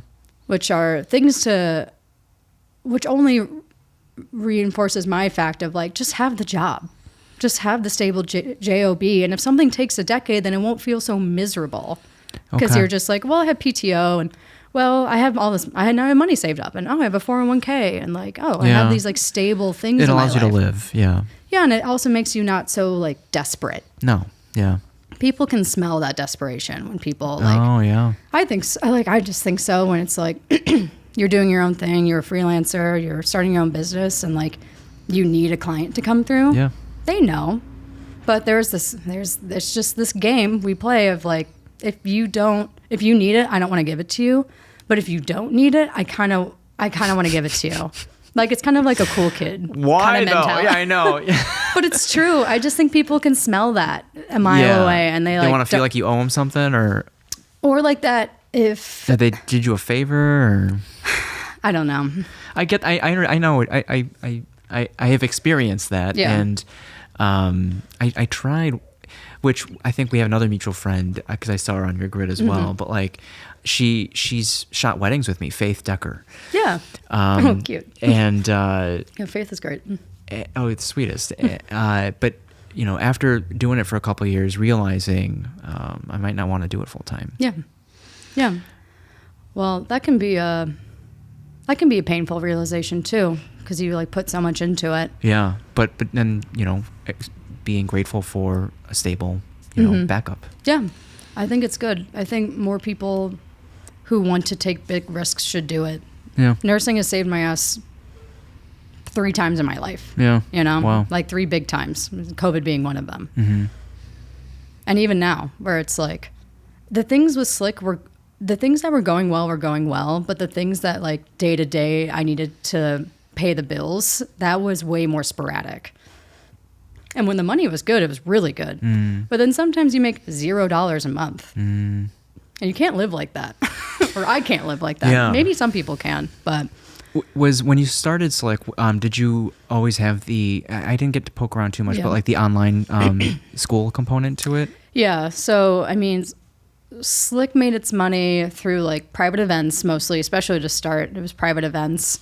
And then, there was an online Slik school that like I made a wine course about, and there was like a chat room component, and I really enjoyed that. But it's a lot of work to maintain that too. Really? Yeah, because it was a monthly membership. Oh, so you're updating the videos? I'm like trying to be part of the conversation. Oh, okay. Yeah. Okay. But then also, TikTok, social media will pay me every once in a while, and then like brand deals. Yeah. But the things like the brand deals and the Slik school and the private events, you have to really hustle all the time to make those work. And it was just becoming really exhausting for me. And it's like, I thought about it all the time. I would work at it all the time. And it just felt like it wasn't really working. And it's like, is it? And there is this mentality of like hustle culture where it's like, if something's not working, you work harder. And then I did. And then I'm like, I don't think this is working. And then people are like, you're just not trying hard enough. And I'm like, yeah, you're right. I'm not trying hard enough. So you go even harder? And then I go even harder. And then I realize that doesn't work either. And then you just like, I think there's certainly people who like hustle and then make it. And it's a great story. But I think the majority of people don't want to admit that, like, again, success is not guaranteed. No matter how hard you work at something, it just might not be the right time in the market. It might not be a good product. It might not be whatever. But also, I hope this provides some reassurances that, like, you're providing evergreen content. Yes. So it's out there. It is. And timing, maybe later down the line, will hit you. And maybe the stars will align even then when you have other things like a book out, you know? Sure. So yes, that is true. The hard work does and can culminate in some ways, but it doesn't help you with the fact that like you got bills to pay. You got bills to pay, and you got rent to pay, and like you got to do something with that. So just eliminating that, and then having like the content just be more fun. Yeah. And then if I make money on it, it's like bonus. Cool. It's like bonus money. I was like, oh, sweet, bonus money. That's awesome. Not like me depending on it, being like, $1,000 is not enough, dude. But then now I get $1,000, and I'm like, oh my god, amazing. Yeah, that's amazing. That's a great amount of money. Developing that fuck you money. Yeah, just like a survive enough money. You know, I'm not making fuck you money as a nurse, trust me, but I'm making enough to like live a life and save money, which is great. Amazing. Because the sprint, you know, of you going of hustling and going deeper and deeper is palpable. Thank you. And even till this day, you're averaging, what is it, 2-3 blind tastings a week? Yeah, I try to do a video like every 3 days or so. And you do it so genuinely because you could just throw on different T-shirts and you know call it a blind tasting. It's 8 a.m. Sure. Yeah, sure. You know, people in the comments certainly say that too. Oh, do they? Oh, fuck. Oh yeah, sure. Of course they do. Yeah, because whatever. But I mean, yes, I do them at 8. My wife pours them for me. I will usually go to Bottles Up, Melissa Zeman, shout out, love her. And I'm just like, buy a case of wine. I want a case of wine. Here's my budget. Just pick 12 bottles that you think would be good for blind tastings. Oh, so cool. And then Corinne, my wife, she'll put the sock on and she'll pour it for me. So like they're real. It's real. Sometimes I get them right and sometimes I don't. And I post them all. And I enjoy them. They're fun. It's a fun game to play. The one that sticks out, probably one of the first ones I started watching was you jumping into the lake. That was awesome. Yeah, that was a good one. I also enjoy. I love jumping in that lake, dude. There's no greater joy than going on a bike ride on the lakefront trail and then jumping in the lake afterwards. Okay. That's one of my favorite summer things. Just like I like biking, so I've got like the spandex and everything. So wow. Okay. I'll bike to like Promontory Point, or I'll even bike to like Calumet Fisheries, and then bike back. You ever go all the way up north to Wisconsin? I haven't been up. I haven't done like the Milwaukee trip, but I will go up to like Baha'i Temple. Oh, nice. Okay. Yeah, or like Highland Park, and then come back if I'm going for a longer ride. And then when I'm done, I will jump my ass right into that lake, and there's nothing better in this world. Yeah, spandex and all. It's good. There's a kind of public but private beach access by Highland Park. Not Cape Flat. It's like it used to be like a military compound because there's like cannons still available. Oh, I don't know about that. God, if it comes, I'll send it to you. Yeah, if it comes it'll come to you in a dream tonight. I like it. Fort Sheridan. Fort Sheridan. It's called Fort Sheridan. Okay. It's a gated community, but the gates are open during the day. And then there's like the parking lot is in a prairie area, and then there's like a trail down to the beach. Oh, cool. That's nice. Nice. That's great. Because this book that is going to be out hopefully in October. October 28th. You have a date now, 28th. Yeah, that's our publishing date. It's been a couple years in the making. Yes. Yes, it has been.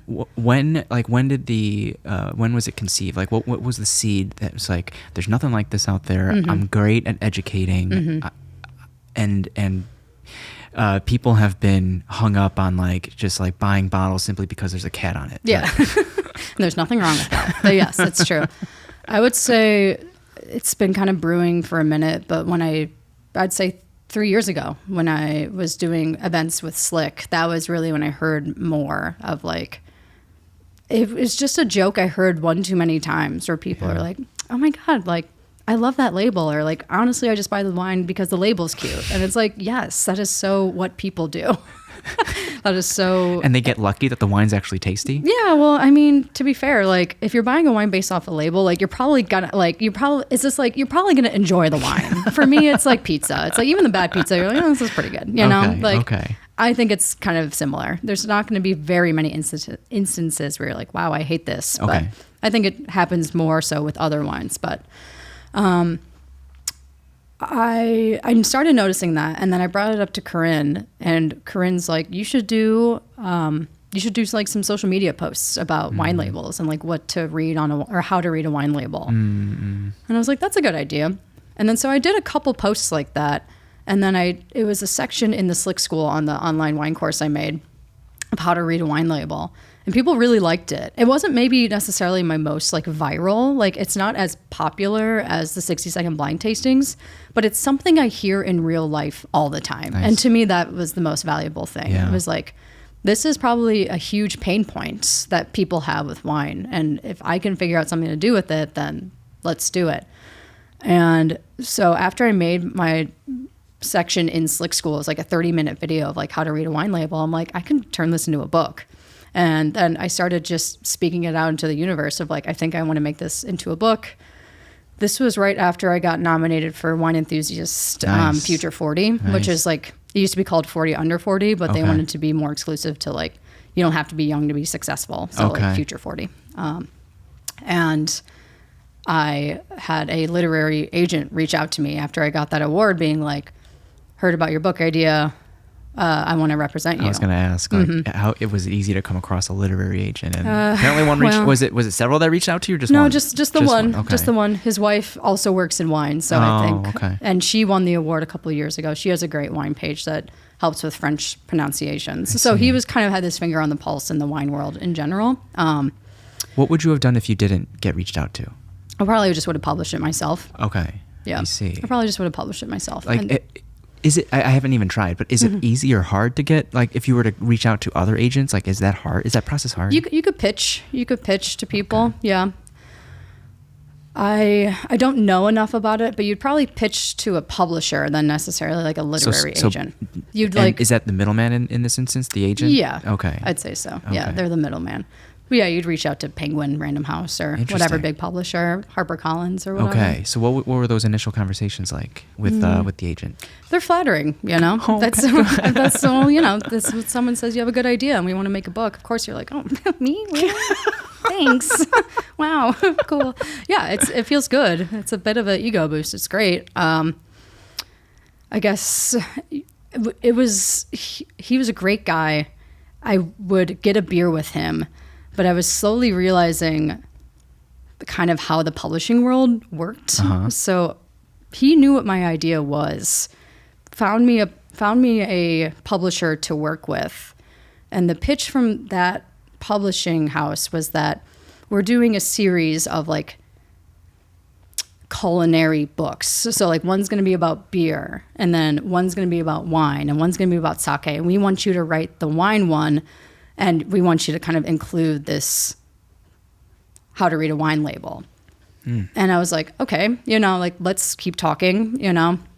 And I was coming to realize that I didn't really feel like these people actually cared about the book I wanted to write. It really felt a little more like I met the owner of the publishing house. It was not like one of the big five. It was a little bit of a smaller one, who does mostly kids books, and it would have been perfect because it's like there's a lot of illustrations, there's a lot of pictures, so it would have made sense. I just really felt like, you know, here's a little like inside baseball that I think is very interesting, and I never grew up wanting to be an author, so for me this is just like factual, not me like slam dunking on anyone. But Most publishers, the author will make, starting out, 8% of the net sales of the book. So that means if your book is, let's just do math. Your book is $10, but it costs $5 to make, and there's $5 of net profit. I'm only making like pennies off of each book that is sold. That is the industry standard for publishing. That is normal. And the more books you sell, the higher that number gets. So let's say I get to, X amount of books, then it goes all the way up to 10 or maybe 11%. And then that would be the highest I would ever make on a book. And I would go, that doesn't sound very good. Does the publisher ever provide reassurances? They do everything. So to be fair, they take care of the printing. They take care of the editing. They take care of the illustrations. They take care. The one thing they don't take care of, which I thought was also didn't make any sense to me, was they don't take care of the marketing. And I'm like, well, the marketing is like such a huge part, because it's like, if you're going to sell a book, like you need to let people know it exists. And so it's completely on you to do like a book tour or anything like that? That's why a lot of like people with 1 million TikTok followers get book deals. Because a lot of the publishers lean on the platforms to be their marketer. So I'm like, okay, so I'm writing the book and I'm doing my own marketing and I'm getting 8%. And my advance is $10,000. I'm in my head, I'm just like, that doesn't sound like a good deal. Yeah. Like it sounds bad. And go ahead. So I guess like for you as an author, like what would be the most validating place to see your book? Like a bookstore, and can you get in that with as a self-publisher? So here's the thing with that too. It's like these publishers are great at getting into bookstores. They're great at getting into Barnes and Noble and anywhere across the globe. Big booksellers. And some of the small ones too, and the independent ones. In my head, this book doesn't actually make a lot of sense in Barnes & Noble. I think this book gets a little lost in the sauce with the other wine books. Like, I love The Wine Bible by Karen McNeil, but like this book next to that, it's like, it's not going to fly off the shelves, in my opinion. Okay. This book does much better in a wine shop. This book does a lot better in a Binny's, where it's like you're looking at a wall of wine and then there's a book called How to Read a Wine Label. That's so good. I'm like, that's the thing that's going to sell this book, dude. And it's like, they're just that. And then we call that special sales. Like, these big 5 publishers don't necessarily have the Binny's Connect like I do, or the Total Wine Connect like I do. They might have a Target Connect. Like they might have just like a big box store that might be helpful, but it's like, I think this is going to be a little more like Death of a Thousand Cuts with like small wine shops or wine.com. Like that's a better place for this book to live than a bookstore. Wow. In my opinion. And you had this realization after kind of while this I'm having back these and forth? Conversations. Yeah. Cause I'm trying to anticipate the amount of work and what that looks like. If it's going to be worth it. Yeah. And then it didn't feel worth it. Yeah. And so I was frustrated with that. And then I was talking to a friend, Taylor, who just got really lucky. And Taylor said, look, my friend used to work for Penguin Random House and she is starting her own publishing company. Like, just talk to her. And I did. And she's my publisher now. Wait. So you can have your own company under Penguin? No, she used to work for Penguin. Oh, she quit and she started her own publishing company. Oh, that's interesting. What does it take to become your own publisher? Well, you'd have to have her on your podcast and find out. Wow. But how, so the stars aligned? The stars aligned. I got really, and she understood my frustration completely. Okay. She's like, the margins don't make any sense for authors. She's like, I'm here to disrupt that. Ooh. And yeah, she's very cool. She's very cool. And the margin split was way more fair because I'm writing this book. It's also the exact book I want to write, as opposed to whatever this other publisher was going to like kind of make me do, or like make me write a longer book. Yeah. This book's not that long. It's 144 pages and it's like the size of a moleskin notebook. That's my ideal. They would probably want me to write like a big wine Bible because bigger books sell more. Like I think I just would have gotten pushed in a lot of different directions. Yeah. Okay. Because the margins are bigger. Because you can sell a bigger book for more money, and then you get better margins just because it's more money. Ugh. That rubs me the wrong way. Yes, and so my Molly Kramer, Peridot Publishing, is who I work with now. Nice. She totally understood that the margins are way more fair for that as well. So it's just like, okay, like the margins make way more sense. From your perspective, how is she affording those higher margins for you? I think she's operating at a loss, just like a lot of businesses start too. Okay. I think she'll get her portfolio together. She'll get her clients together. I'm one of her clients. She'll just so one day. Yeah. And like, as the book comes out, then the sales come in. But like everything right now, it's just like we are putting money into it. I've put money into it too, so we're both putting money into it, and then we'll pay each other back the money we put in, and then everything else will be profit after that. I love that. Yeah, it just made way more sense to me from a business perspective, and like what I want to put out, and I think what people are asking for. Yeah. I think this book doesn't exist because someone just maybe had this idea for this book, but went through the same route that I did, and maybe just like got pushed in another direction or pushed out. Yeah. So I'd rather, again, taking a risk, I would rather take the risk with the small guy because I can. Because if it doesn't work, I'll just work as a nurse. Yeah. Were there conversations with Molly that were enlightening or informative on either the process or maybe even the content that you're going to put in there? Mm-hmm. She is my ideal reader. Oh. I also liked that about her. Okay. She's like, I love wine. And I'm like, great. What do you love about wine? She's like, it's fun. And I was like, perfect. Like, you are my perfect person. Because that's how most people feel about wine. Yeah. Every nurse nurses love to drink wine. And when I ask a nurse, well, what kind of wines do you like to drink? I shit you not. And I've told professionals this, and they're like, no way. That's not possible. And I'm like, I think this is more common than people think. But nurses and probably teachers and everyone else in this category, they love to drink sangria and Moscato. Oh, okay. They like sweet wines. Wow. And I know we're kind of like scared. Wine professionals are like a little scared to like of that particular palate in general. But I just like, you have to listen to what people are saying to you. Yeah.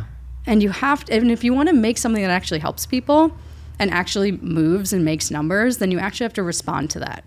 So that's why the first label in the book is Barefoot Moscato. Oh, cool. Because I'm like really trying to set the precedent of being like, we're starting with Barefoot Moscato. Relatable, yes. Relatable, approachable. And then we can get into the wacky-dacky Kermit Lynch from the small part of France with the regional grape. We'll get there eventually. But we have to start with Barefoot Moscato and probably the Snoop Dogg label. Yeah, I saw 19 crimes. Yeah, we have to. And that's what I see the issue is. It's like, people talk about meet people where they're at, but I don't think a lot of people actually do that. Meeting people where they're at is talking about Barefoot Moscato. Interesting. And sangria. Okay. And going from there. Okay. Wonderful. That's amazing. Like, was that always, that wasn't always the plan before talking to Molly? That was kind of the plan. Kind of the plan. Okay. That was kind of the plan. But she reinforced yeah, that. Okay. Yeah. Just, she's another regular person who likes wine. And maybe they won't go to the WSET like after they read this book. And that's not really my goal either. I think I just want to get people excited about it. Yeah. I think I don't go to Benny's too often, but now that I'm thinking about it, it's like, it is overwhelming. And it's huge. And despite them, like, certain wines will have additional notes to them, but even then, it's like, it's still kind of on a whim of like, let me just go with this one. Sure. Yeah. And I think even in my world, I do that too. But I know certain things that I explain in the book that lead me down a path that give me the best chance. Yeah. Just to go, okay, whatever, I'm just going to try something. Right. It's like, okay, I know I like European styled wines. I know I like cool climate. And this correlates to a taste and how a wine tastes, both of these things. Mm-hmm. And I know I like a lighter style of wine. So I'm probably going to lean towards a Pinot Noir as opposed to a Cabernet Sauvignon. Mm. So you have to understand a little bit about yourself too, and a little bit about why a wine tastes the way it does. But I don't think it needs that much explanation. Yeah, not really. And I've only recently come to the conclusion it's like you're kind of reverse engineering what you're trying to get out of it. I haven't made it to the Hermosa lunch menu. Man, I good. Fortunately have the dinner, and I've had the fried chicken, but like, yeah, those pairings are insane. It's fun. Inside Hermosa. But so speaking of like thinking about maybe what's going to be eaten at the meal, and then maybe the people that are going to be present, and like, so in that sense, like, do you consider their palate and their level of appreciation for what you're about to bring? That's, I would say, a little more advanced. I would say serve yourself, help yourself first. Oh, good. Okay. Yeah. Get what you want first. Okay. Because you're picking the wine. And you're like, I thought this would be fun and I love this. And you're like, okay, that's great. People like you and me who are people pleasers and hospitality and hospital folks, yes, we're a little more likely to consider the other party members there. And for me, it's like, if I'm going out to dinner and all of my nurse coworkers are like, pick a bottle, I'll be like, okay, I'm probably going to pick, if they like Moscato from Barefoot from California, let's do a Moscato d'Asti, which is also Moscato, but from Italy. And it's also a little sweet, and it's also delicious, and it's a little bubbly. It's like, that's fun. Let's do that. And it's like within the realm of like what I think I know they'll like. As opposed to my winemaker friend from Michigan, and he's like, you pick a bottle, I'm probably gonna go something way wackier, something way more interesting, and just like totally off the beaten path. Not to say that Moscato d'Asti isn't interesting, but I think it's just a little more classic. Yeah. As opposed to my friend Max, who makes great wine in Michigan, it's like, I could probably go to the Jura and get like a Trousseau from the Jura in France, which is made in the same style that like sherry is made. And it's really weird. And it's like, if I gave that to my nurse friends, they'd be like, oh my God, this is good. But like, I know they're just being nice, you know, but with Max, it's like, oh yeah, like we can sit and kind of be a little nerdy about this, and that's fun too. Yeah. I'm very much so looking forward to developing the vernacular and verbiage to appreciate more and more wacky wines. Yeah. Or at least just go to a wine shop and you can say, I really like wines from America. Yeah. Like, if you go to a wine shop and you tell someone that actually gives them a lot to work with. You've said a lot of things, whether you realize it or not. Yeah. You like a New World style of wine. You probably like a warmer climate in general. Or if you say something like, I like a fruity wine. Right. And it's like, okay, well, some wines present a little more fruit forward, and they're generally from warmer climates. So a place that in the world that makes wine in warmer climates is like Australia or California. Putting those pieces together, I think, is where I'm at with it. Where it's like, make it binary to start, and then we can kind of get into the minutia. But we have to start getting people from 0 to 1. There's too many wine books that assume you are already at 1. And it's like, no. Yeah. Most of America is not like that. And can you describe what that gap is? Like the willingness to explore out of their go-tos? Like 0 to 1? Like the curiosity? It's people who come to me and say, I like wine. That's the 0. Okay. Yes, I love wine too. Fabulous. Great place to start. You have a willingness to go to 1. And then I would ask something like, do you want to go something a little more traditional or classic? Or do you want to go something more adventurous? And I will get an answer. So this is what I would do in the restaurant too, when I don't know someone and I'm trying to give a recommendation. Yeah. So I would say, do you want something classic or adventurous? And then just totally depends on the person. Some people like Burgundy. Yeah. And they're not going to drink anything else. So go fine. We'll just go down the Burgundy path, and that's great. At Elska, most people said adventurous because they're already at a Scandinavian restaurant. Like they're probably on board for like whatever ride you want to put them on. So just like have some fun things on there. Yeah. And then I would ask, what would I ask? Do you want something light-bodied or big-bodied? And people usually, by that point, have an opinion. But for me, it's like, do you want something that tastes really light and refreshing in your mouth? Or do you want something that's like really coats your mouth and is like really like almost serious tasting? In general, do people start lighter and go heavier? It totally just depends on who you are. Like, I find... For like me, I like light wines no matter what. Oh, okay. Yeah, but some people, like in a business dinner, like I've served a lot of business dinners, they usually just go big and bold.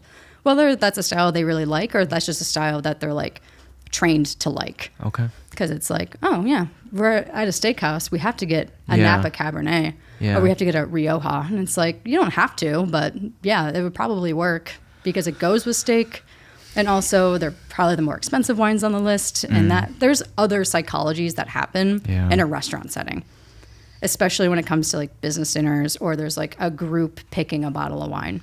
There's a lot of psychology behind it, which I think a lot of servers and sommeliers either think is fun or annoying. I've never been, or I've never had someone who's too pushy. More so informative and just, the ball's in your court. Just like they help you make a decision. Yeah. Right. Based on your price point and things you like or what you're trying to do. I feel like my go-to is usually in the Rhone region. Yeah. And is there anything in the New World that I'm like sleeping on? Like I hear like Willamette is pretty popular. Yeah. Obviously Napa and Sonoma. But not too long ago, maybe last year, we didn't go to that winery in Michigan, but we went to another Michigan winery. Yeah, cool. So is there any other area in like and this is all this just the US, but in New World that people are sleeping on in your opinion? So, and just like I'll kind of walk you through my thought process when you tell me that too. So the Rhone region in France is known for red blends, and it's a kind of hot part of France. So you're right on the south end near the Mediterranean, kind of bordering France and Italy. So it gets pretty hot. And in hot climates, you end up getting kind of bolder, bigger, sometimes juicier wines. So when I hear something like that for you, and they're usually mostly red, they make white wines there too. But generally when people talk about Côte de Rhône or Châteauneuf de Pape, it's usually a red wine. So I think about warm places in the United States that might also, so I like compare climates. And go, okay, what would be like a similar climate that might have a similar style of grapes? So they use a blend of Syrah, Grenache, and Mourvedre in Côte de Rhône, which is not necessarily something you'd always find in the United States, but they make wine in Texas. Okay. Texas is a hot place. I saw that map in your book. Yeah. Okay, nice. Texas is a hot place, and they use lots of grapes there, but a lot of Tempranillo, which is actually something you find in Spain, which is also like a pretty warm climate for winemaking as well. So that's my connection. So, you might like a red wine from Texas. Okay. That is maybe a region you don't hear a lot about. Okay. If I wanted to go more obvious, I would say maybe California, maybe Napa, maybe Sonoma. But if we're going to go somewhere a little more wacky, Texas or maybe Virginia also. They're a hotter climate that make wines that are kind of like big and bold too. Okay, gotcha. Were there any other myths or purposes to the book you were striving for on top of just simply reading a wine label? I see wine books go wrong for the most part is that they're too long. They go into too many tangents that I don't think are very necessary. Wine does require a lot of context, and I understand why people do it. But then we end up getting so many books that are like mini encyclopedias. And for me, I'm like, that's not what we need. Like, we need a TikTok book that is about wine, that solves one problem and a very popular problem. So it was really like a lesson in restraint. Okay. Of limiting how much I talk about and why. Because I'm lucky if people read this book cover to cover. And in my opinion, I think a lot of people, there's certainly people who read books, sir. But I think in this day and age, like a book like this suits the consumer best as a shorter version of what it could be. So I'm happy of setting the parameters of like, here's things you should know about a wine and things you'll typically find on a label that will help you decide what a wine will taste like without opening it. And then here's examples. Okay. And the example I give is like, again, my dad's an engineer, and I remember being young and doing math problems with him, and I was getting so frustrated. I wasn't great at math, but the only reason I'm good at math now is because he sat me down and we just did math problems over and over and over and over again. He'll be like, this is how you solve the math problem, and then here's a slightly different iteration of that math problem. Now solve it. All right, good job. Now do it again.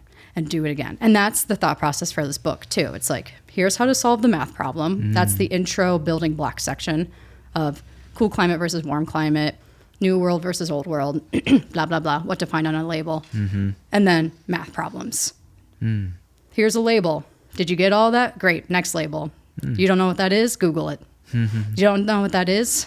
Okay, we're talking new world versus old world. Go back up and restudy new world versus old world and then come back. And then next label. So. Okay. That's good. It's very tactical. It's practical. Yeah. It's tactical. It's deployable. It's just like me. Just like this whole damn conversation. For you and for maybe most Psalms, do you think the vintage is the last component or frontier of becoming a great Psalm? I would say, yeah, actually, I would say that. I think, and just like guessing what it is. I think the vintage in the context of the court of master sommeliers, I think where people really care is for the blind tasting component, which is what I base my videos off of, which is like, blind tasting is a technique where sommeliers will try to look at a wine objectively and guess where in the world it is based on what it tastes like, what it looks like, what it smells like. And the vintage is something that they start with a broad spectrum, being like, is this wine younger than 5 years old or older than 5 years old? So they'll start like very binary. Okay. I didn't know if the 5-year thing. 5 or 3 years. I feel like it changes all the time. Okay. But I would say like that's a young 3 years. Within the 3 years, past 3 years, that's like a young wine, which drinks very differently than like an aged wine. And then as you get more advanced and more through the process of like the advanced sommelier and then the master sommelier, it's like we want you to guess it within like a 1 to 2 year range. Wow. So it's like if you call a 2020, but it's actually 2015 and you're taking the court of master, and if you're taking the master sommelier, they probably wouldn't give you credit for that. Okay. Especially if it's like a landmark vintage. So like 2020 in America, especially in California, that was the year of the forest fires. Oh. So generally you're going to have like a particular style from that region. Not every region had a forest fire in 2020, but California did. So if you taste a wine that has smoke taint on it, which actually smells like burnt barbecue or like cigarette butts, it's like not always the most pleasant thing, but that should be a really big indicator of like, this is a California wine from 2020. Wow. Or like Sancerre in France, 2015 was a very hot vintage. And so a region that's known for like bright, light, lean, like beautiful, elegant wines, if it tastes really like big and oily and like really coats your mouth, you're like, this tastes like a Sancerre, but it doesn't feel like a Sancerre. Wow. It's like, oh, maybe that was a warmer vintage Sancerre, which was historically a 2015. So that's just coming from knowing historical events, or just what year had a lot of rain or didn't have a lot of rain? Yeah, there are like landmark years they kind of want you to know. Oh, okay. And because that dictates the market price too. Yeah. So if it was an off vintage or not a great year, there you will usually sell those wines for cheaper. Yeah. But if it was a great year, meaning like the weather did what it was supposed to do at certain points throughout the year to make it a great wine, those wines sell for the most. Like the year 2000 is a landmark year in Napa. And so the year 2000, the wines will sell the most. Yeah. That's why you'd want to know that as like a master sommelier. It's I not see. very helpful for 99% of people. Sure. So that's why, to your question, like, yeah, vintage is kind of the final frontier. Cool. But it's really nerdy. Okay. And some people enjoy that. I know it. I don't always like enjoy it though. I'm just like, okay, it's like good to know. Yeah. You're casting a broad net. Yeah. My friend recently put me on to getting wines potentially from like Flickinger. Which they don't. It's not a storefront. I've never been inside besides just picking up a bottle. Is there any difference in your opinion from going to a front-facing like bottle shop, like Bottles Up, versus like I think they just importers maybe store their bottles there, or they buy from other importers? I'm not sure. I'm not familiar with Flick is like Canal and 16th. Okay. But I'm sure they're not the only ones. Just like, selling wine from like a marketplace or from, another place does it. The guy that now is like the director at Verve. God, he's gonna kill me if he listens to this. Because he also puts on like burgers in Burgundy with Simon Davies. Mm-hmm. Oh, but it's like a Nick separate. Pejoria. Okay, but it's like a separate business, or yeah, yeah. Okay. So one is more like a curated as opposed to, well, but like Bottles Up is curated. I wonder if there's any, because there's no curation. Well, actually, so you can pinpoint which wines you're into, and then they'll send you a daily email of like what's new as far as inventory goes and what's on sale. They'll occasionally highlight certain producers, but you don't get to peruse the shelves. You just kind of see a list online, buy what you want to buy, and then set a pickup date, and that's it. Yeah, I think it just depends on what kind of experience you want to have. Some people like going in and like, dinking around and just like hanging out. Like there's $20 bottles of wine to $20,000 bottles of wine. Sure, yeah. I mean, not necessarily at Bottles Up, but maybe at other places like that too, or that maybe get more people who really know what they're looking for. Yeah. And they go in and they go, oh yeah. Sometimes especially the Verve guy, it's like at Verve, they really do get some like specialty bottles that like some collectors would be interested in getting. I think Melissa does a great job. I align more with Melissa's ethos at Bottles Up, where it's just a little more approachable and there are fun things on there. And she does get like allocated nice things, but she probably wouldn't have a bottle of $20,000 wine. She might have and I don't know. There's a place for that, I guess. Definitely. And there should be, different places for different people like that. Yeah. I don't know. I don't know where I was. I guess I was trying to see if there was a difference in overhead with both, I guess. I don't know. It's like, are they cutting out the middleman by going straight to the consumer? I mean, maybe. I just, maybe not. I mean, it sounds like it's different bottles too. Yeah. I don't know. It is what it is. Yeah. No, and I think it's still fun. Yes. At the end of the day, it's still very fun. And like I had a beer phase, I had a hazy IPA phase, and then we had a sake phase, and then I think we had a wine phase, and now I'm back to like the regular lager beers, and that's here and there. It's but the ability to know, like, have intention, whether that's at a restaurant or perusing the shelves of Binny or Bottles Up, I think is a very fun skill to have. And I'm looking forward to it. Yeah. There's a funny Venn diagram of like, it's like a bell curve. And the beginning of the bell curve is like, I'll use a beer example. It's like, I like PBR, like just like a light lager or whatever. Yeah. And then as the bell curve goes up, it's like knowledge, right? As you get more knowledge, it's like the top of the bell curve is, I really like a Goza style, low ABV, very particular style. And this is what happens when you learn more. But then as you go down and you learn more and more and more, and you reach the peak of how much you've learned, and then it's like, I like PBR.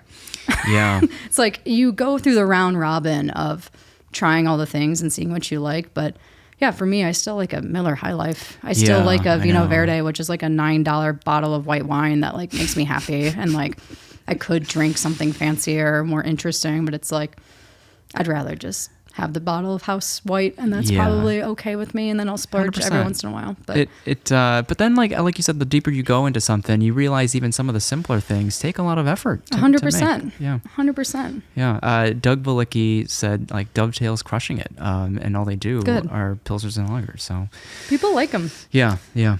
Just like people like hamburgers, cheeseburgers. Just Red Hot Ranch. Yeah, dude, just have a place that sells cheeseburgers. Like that's really what people want, and that's what gets people back in the door. Yeah. Sell sangria. That's what gets people. That's what keeps the lights on. That God, I used to go there often. The chicken shop that took over Devil Dogs, in Lincoln Park. Is it the Gigi's Chicken Shop? No, it's the red light chicken. Yeah. I haven't been there yet. It's maybe 4 items on the menu, and there's a place to stand, and then you're out of there. But like, it's phenomenal. I've seen the TikToks. I know.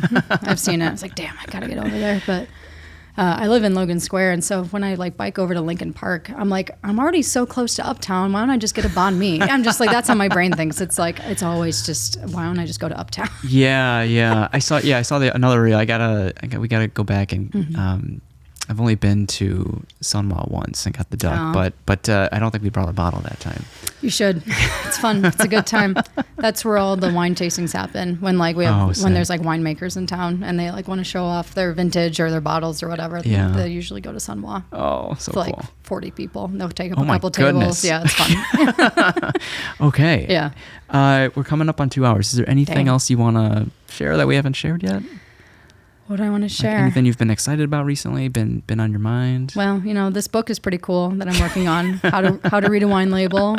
Publishing date is October 28th. We're gonna have a couple parties in Chicago if you're Chicago local, but we're gonna have raffles. We're gonna have lots of prizes for pre-sale. So stay tuned for that. Very cool. We want people to be excited about the pre-sale. Yeah. Are you going to do a book tour at all or signings or? Maybe light, you know, I will go to New York for a little bit. I will film with some people out there. Oh, so cool.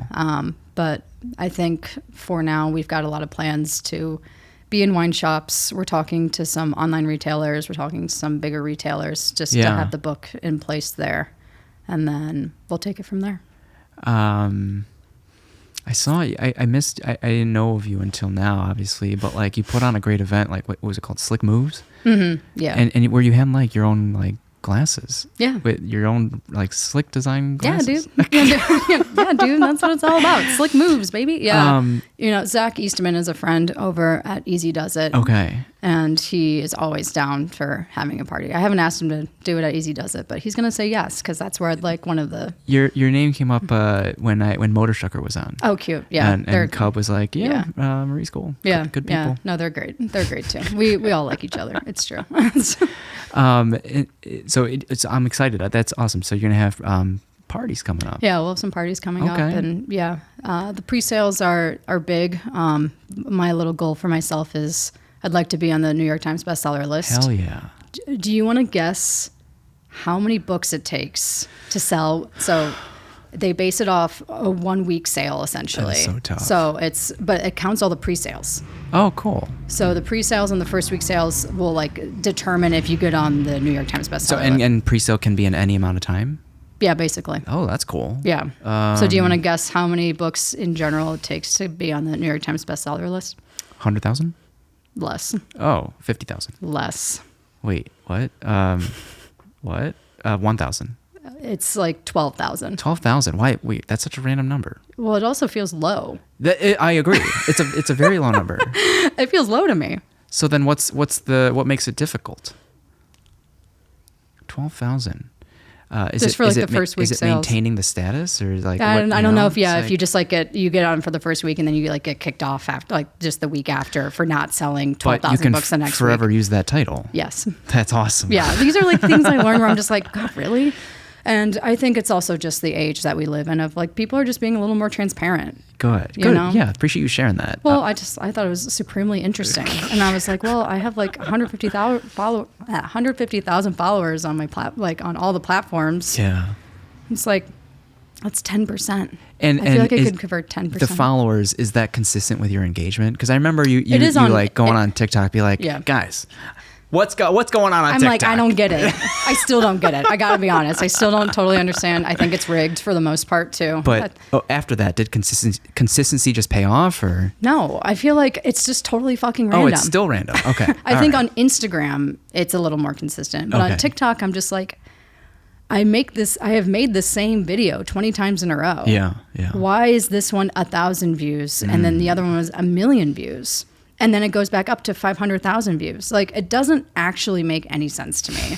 So instead of me trying to play that game, why don't I work as a nurse and then just make the content and not focus about it all the time? Because I really think, like, why do other content creators do better than others? I don't really know.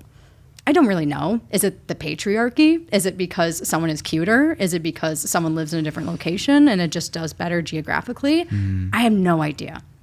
So instead of like trying to hire a social media expert who I feel like I'm a social media expert. In your 5 years, have you noticed the decline in like, in January, February, like, when people give up drinking? Not really. Not really. People like drinking. I know people say people are drinking less, but I don't feel it. Yeah. It feels kind of the same to me. Yeah, so I don't know. I've just been enjoying it. Have you done but- blind tastings on NA wines? Someone sent me an NA wine once, and I didn't know it. I didn't know it. I mean, would you be up for that, or? Yes, of course. Okay. Yeah, okay. I think it would be harder to guess because there's not the same level of typicity or Okay. things that make a varietal or a wine or a type of wine distinct Okay. with a non-alcoholic wine, because you have to take away the alcohol, which takes away a lot of the texture and flavor of the wine. So you're kind of like, you're working with a wine that's maybe running at like 2 cylinders as opposed to like 10 cylinders. Yeah. So it's like, Difficult. maybe you could get it, but I don't think I'd get it right. I think it would just be fun. Okay. I'm curious if like the individuals that consume NA wine are that particular too. I don't know. Yeah. I don't know. But people who don't drink wine watch my content. They tell me that all the time. Yeah. I mean, you're. I think it's just fun. Yeah. I mean, you have a great way. You're funny. You have a great personality. Thanks. Yeah. Thank you. Thank you. The one reel that where like your editor or not maybe or it could have been Corinne like just a healthy pour. Yeah. And you're like your eyes just like Yeah.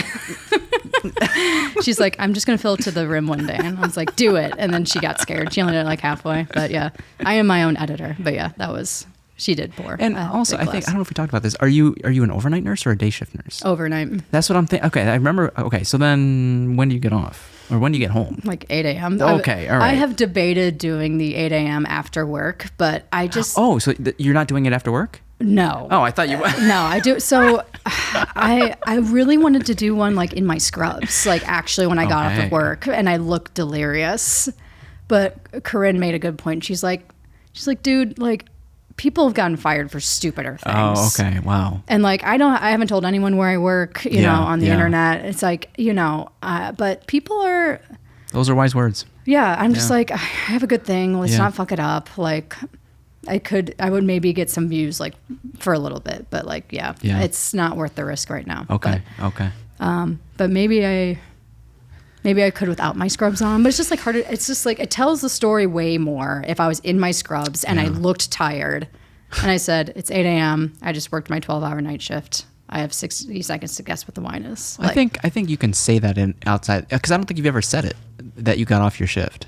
So even outside of your scrubs, you can probably do that, and it's less dramatic. Yeah. But I think at this point, you've talked about how you're juggling multiple, careers. I think most people who've been following you know that you do that. yeah, well, we'll see how my hospital feels about that when I get my email the next day and be like, you were drinking. Well, it's like, that's the problem too. It doesn't really make sense. It's but off I just shift. Think, I know, but like people are crazy, I dude. know. It's especially nurses on social media. They do a lot of stupid shit. You're not dancing on the ICU. Or, No, yeah, I'm not like on a TikTok live during a med pass. Are you kidding me? You stupid idiot. I'm like, what did you think? Like, but I respect Corinne's very conservative take on that because it's like, you're probably right. Got a good thing going. I think so. Okay. I think so. Where would you like people to find you these days? You can find me on the internet. You can find me mostly on Instagram or TikTok. So I'm Slik Wines. I'm Marie Cheslik. So Slik. It's the tail end of my last name.